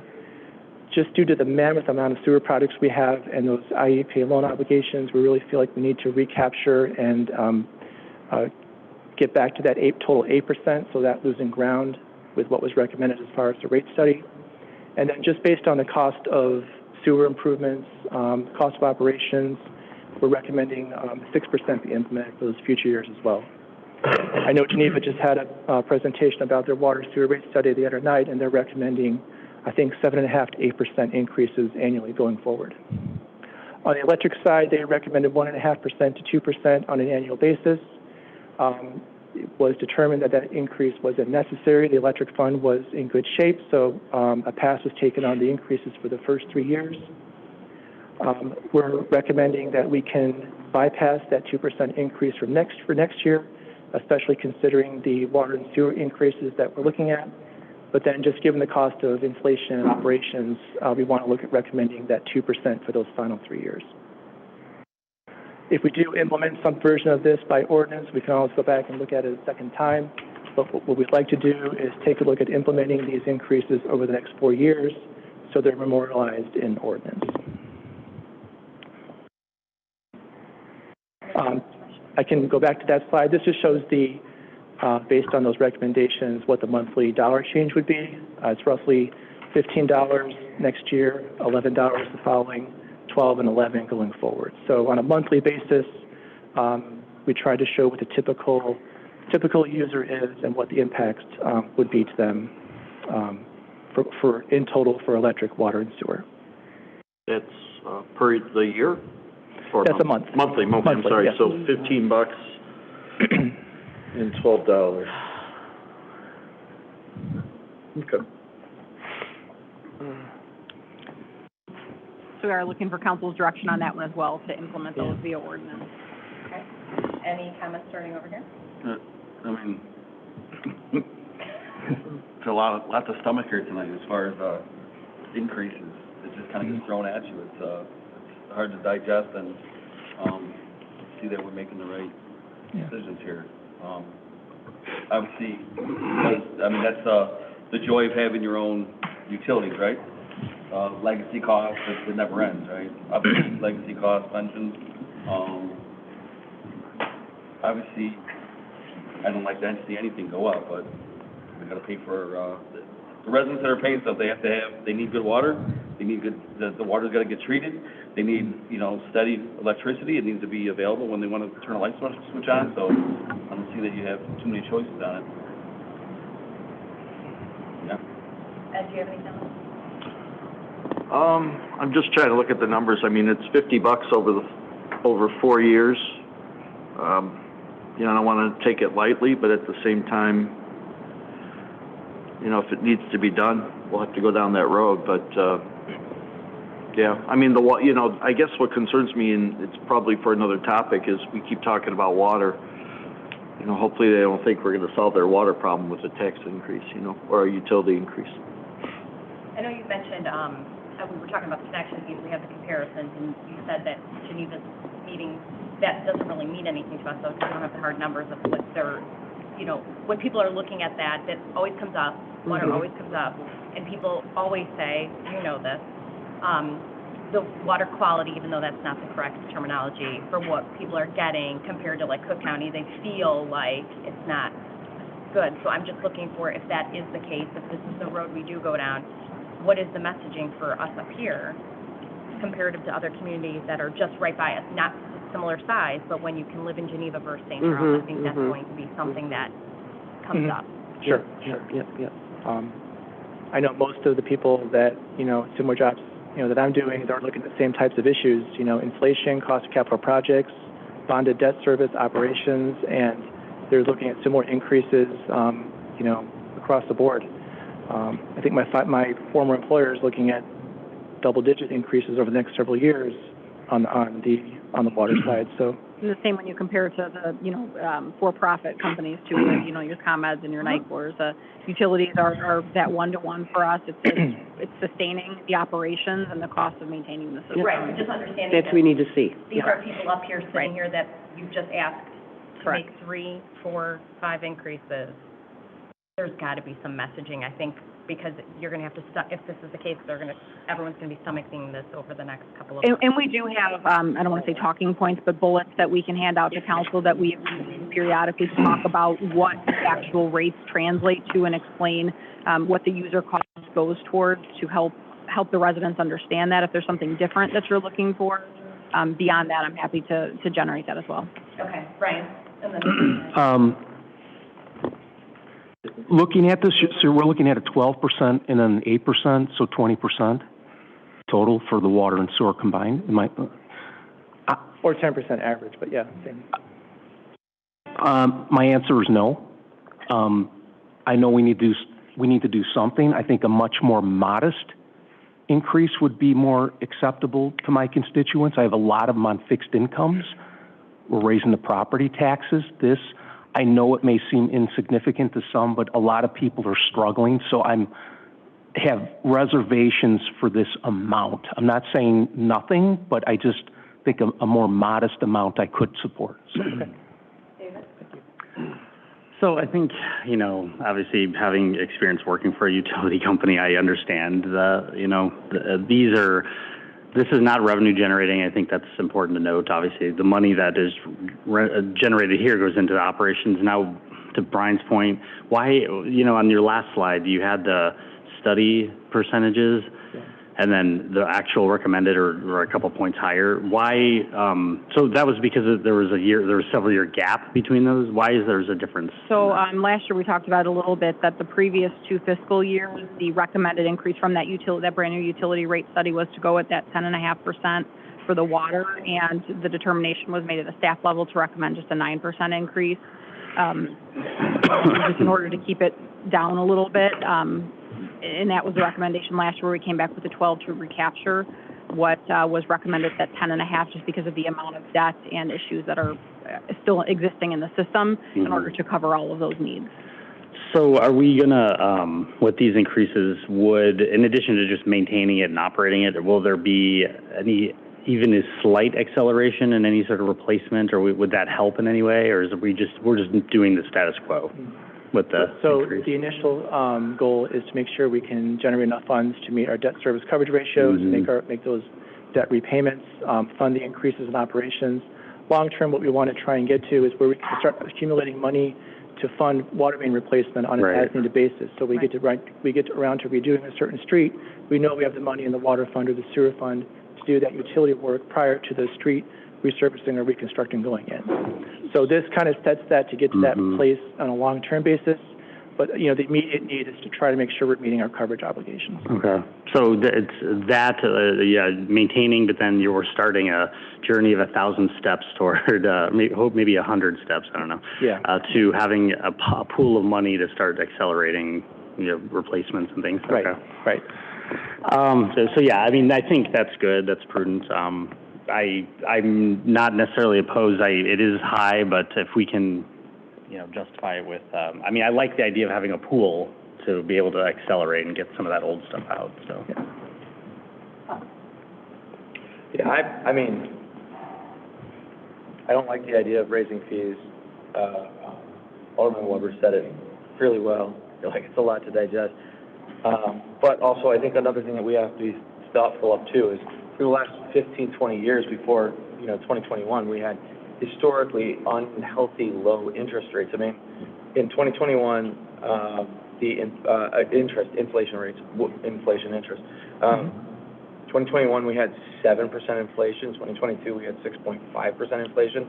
To think that we can continue to provide service without, also paying for it, because everything that we're doing from, parts to maintenance is inflating too. So it seems reasonable. I'd hate for things to happen with our utilities that we're dealing with in our streets. So, I mean, I don't love it, but it makes sense that we should do, and it's responsible.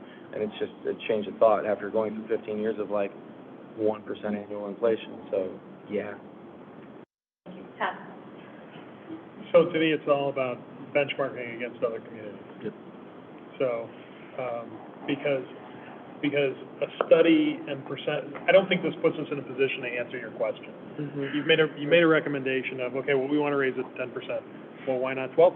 Well, the study said, it's not about the study, it's about if somebody decides to leave St. Charles and move to Geneva, do they pay less? Do they pay the same?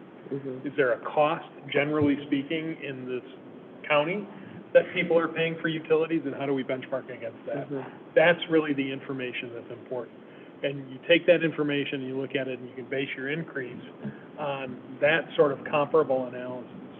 Because things go up. I was going to ask Jennifer a question. How many times in a union negotiation in your career have you wound up with less? Right, exactly.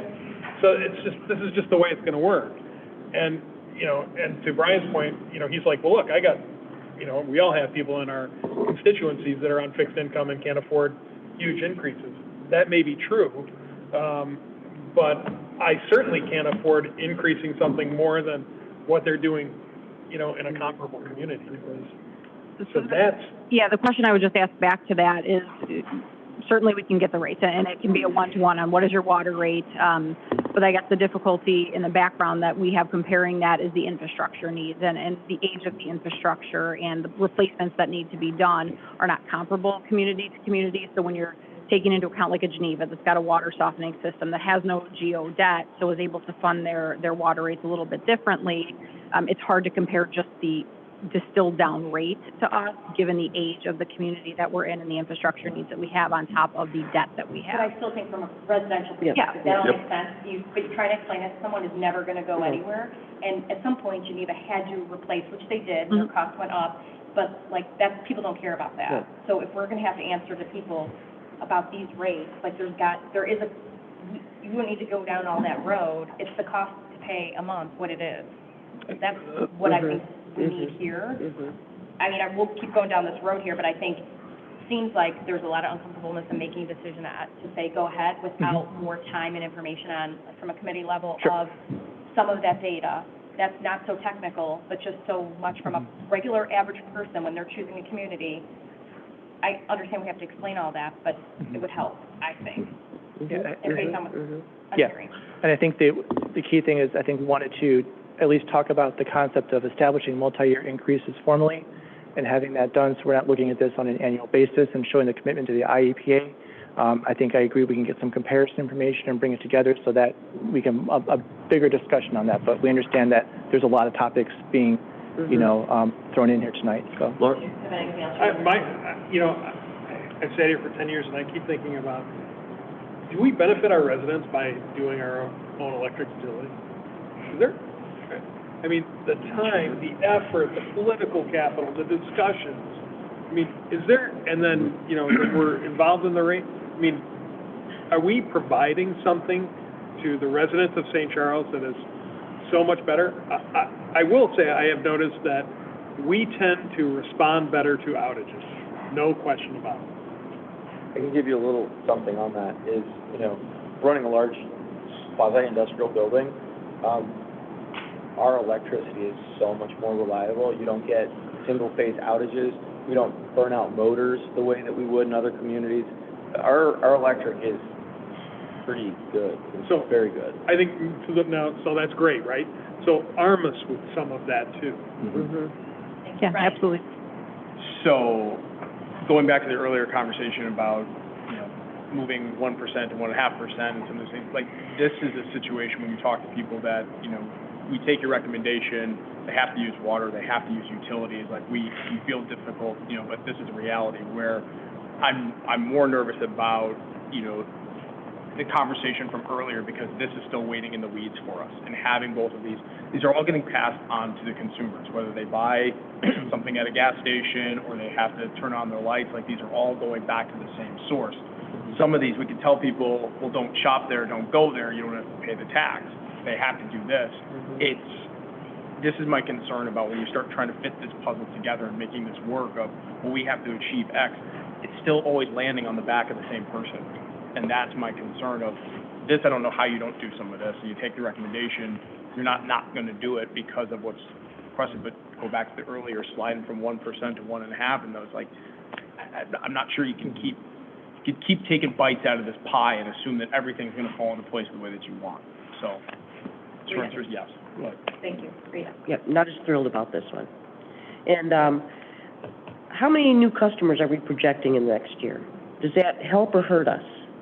I mean, minimally 1,000, I'm guessing, right? I mean, between everything going up. Doesn't that help us a little bit? We have 1,000 plus more customers paying water in brand new infrastructure. I mean, is that figured into the? That does help us, and we do take that into account when we're looking at some of our revenue projection models, new customers that might be coming on. So that does provide your benefit, you're right. Yeah, okay, well, that being said, I also agree with the mayor in that we need to have the comparables. Yep. Yeah, that's. No problem. Yeah. In the past, typically, we've had a sheet that just would give you it, and I don't know if it was more comparables on the geometrics of a community. It was more the neighboring towns. Yes, right. Geneva, even Naperville for some reason was thrown in there. That could be because It they might used be ComEd. electric because they've got an electric utility Yeah. as well. Yeah. But we had a solid list of where we were, sorry. I think I've seen those files, so we can definitely get those together, no problem. Thank you. Bill? I agree, not as thrilled about this one. This one impacts all of us, right? So, you know, quite honestly, I don't know what the alternative is, right? You say no, but then you're saying operating costs are going up, we've got to repay debt. So, for me, it's more about, do I have all the information I need to understand where we're going to be at on the numbers side with these increases, right? So what do the actual dollars look like? Is it going to trend with inflation, or are we going to keep raising this? We get to 24, or we get to 25, we're saying 6% is not enough, you got to go, so I don't know, right? But it's a necessary evil at this point. I don't know what the alternatives are. Ron? Thank you. So first off, I believe in the beginning of our conversation tonight, you brought up that the bond ratings are based on these numbers, correct? Part of They're changing it, right? Correct. To incorporate this. So that's one thing we got to keep in mind. The bond rating.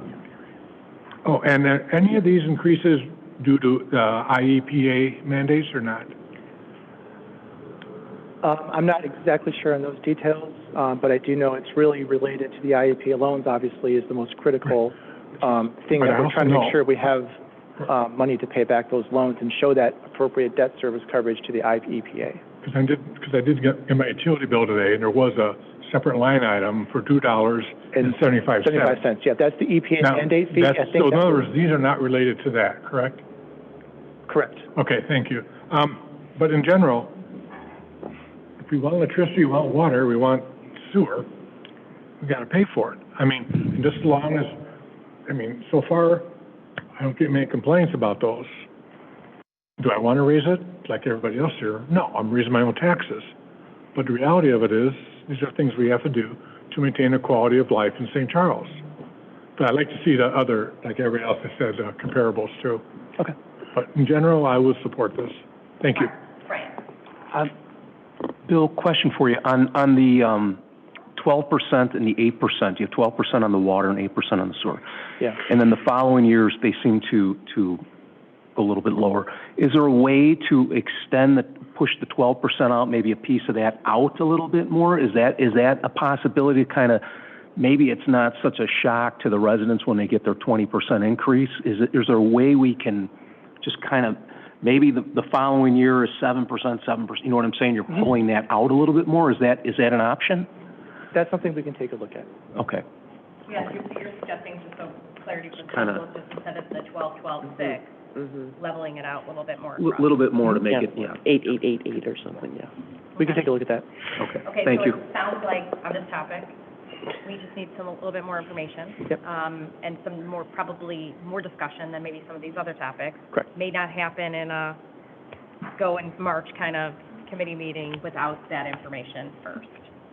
And again, some discussion, and if you could run a Q&A if anyone asks questions in the interim, that would be helpful. I think if we're able to, we can get some of the information together. Maybe the second meeting in February, you might be able to bring this topic back, if that's okay. Okay, I wouldn't bring all these topics up in the same meeting. Okay, so at this point, I'm looking for, we do not have any other topics, Bill? That's is it. that correct?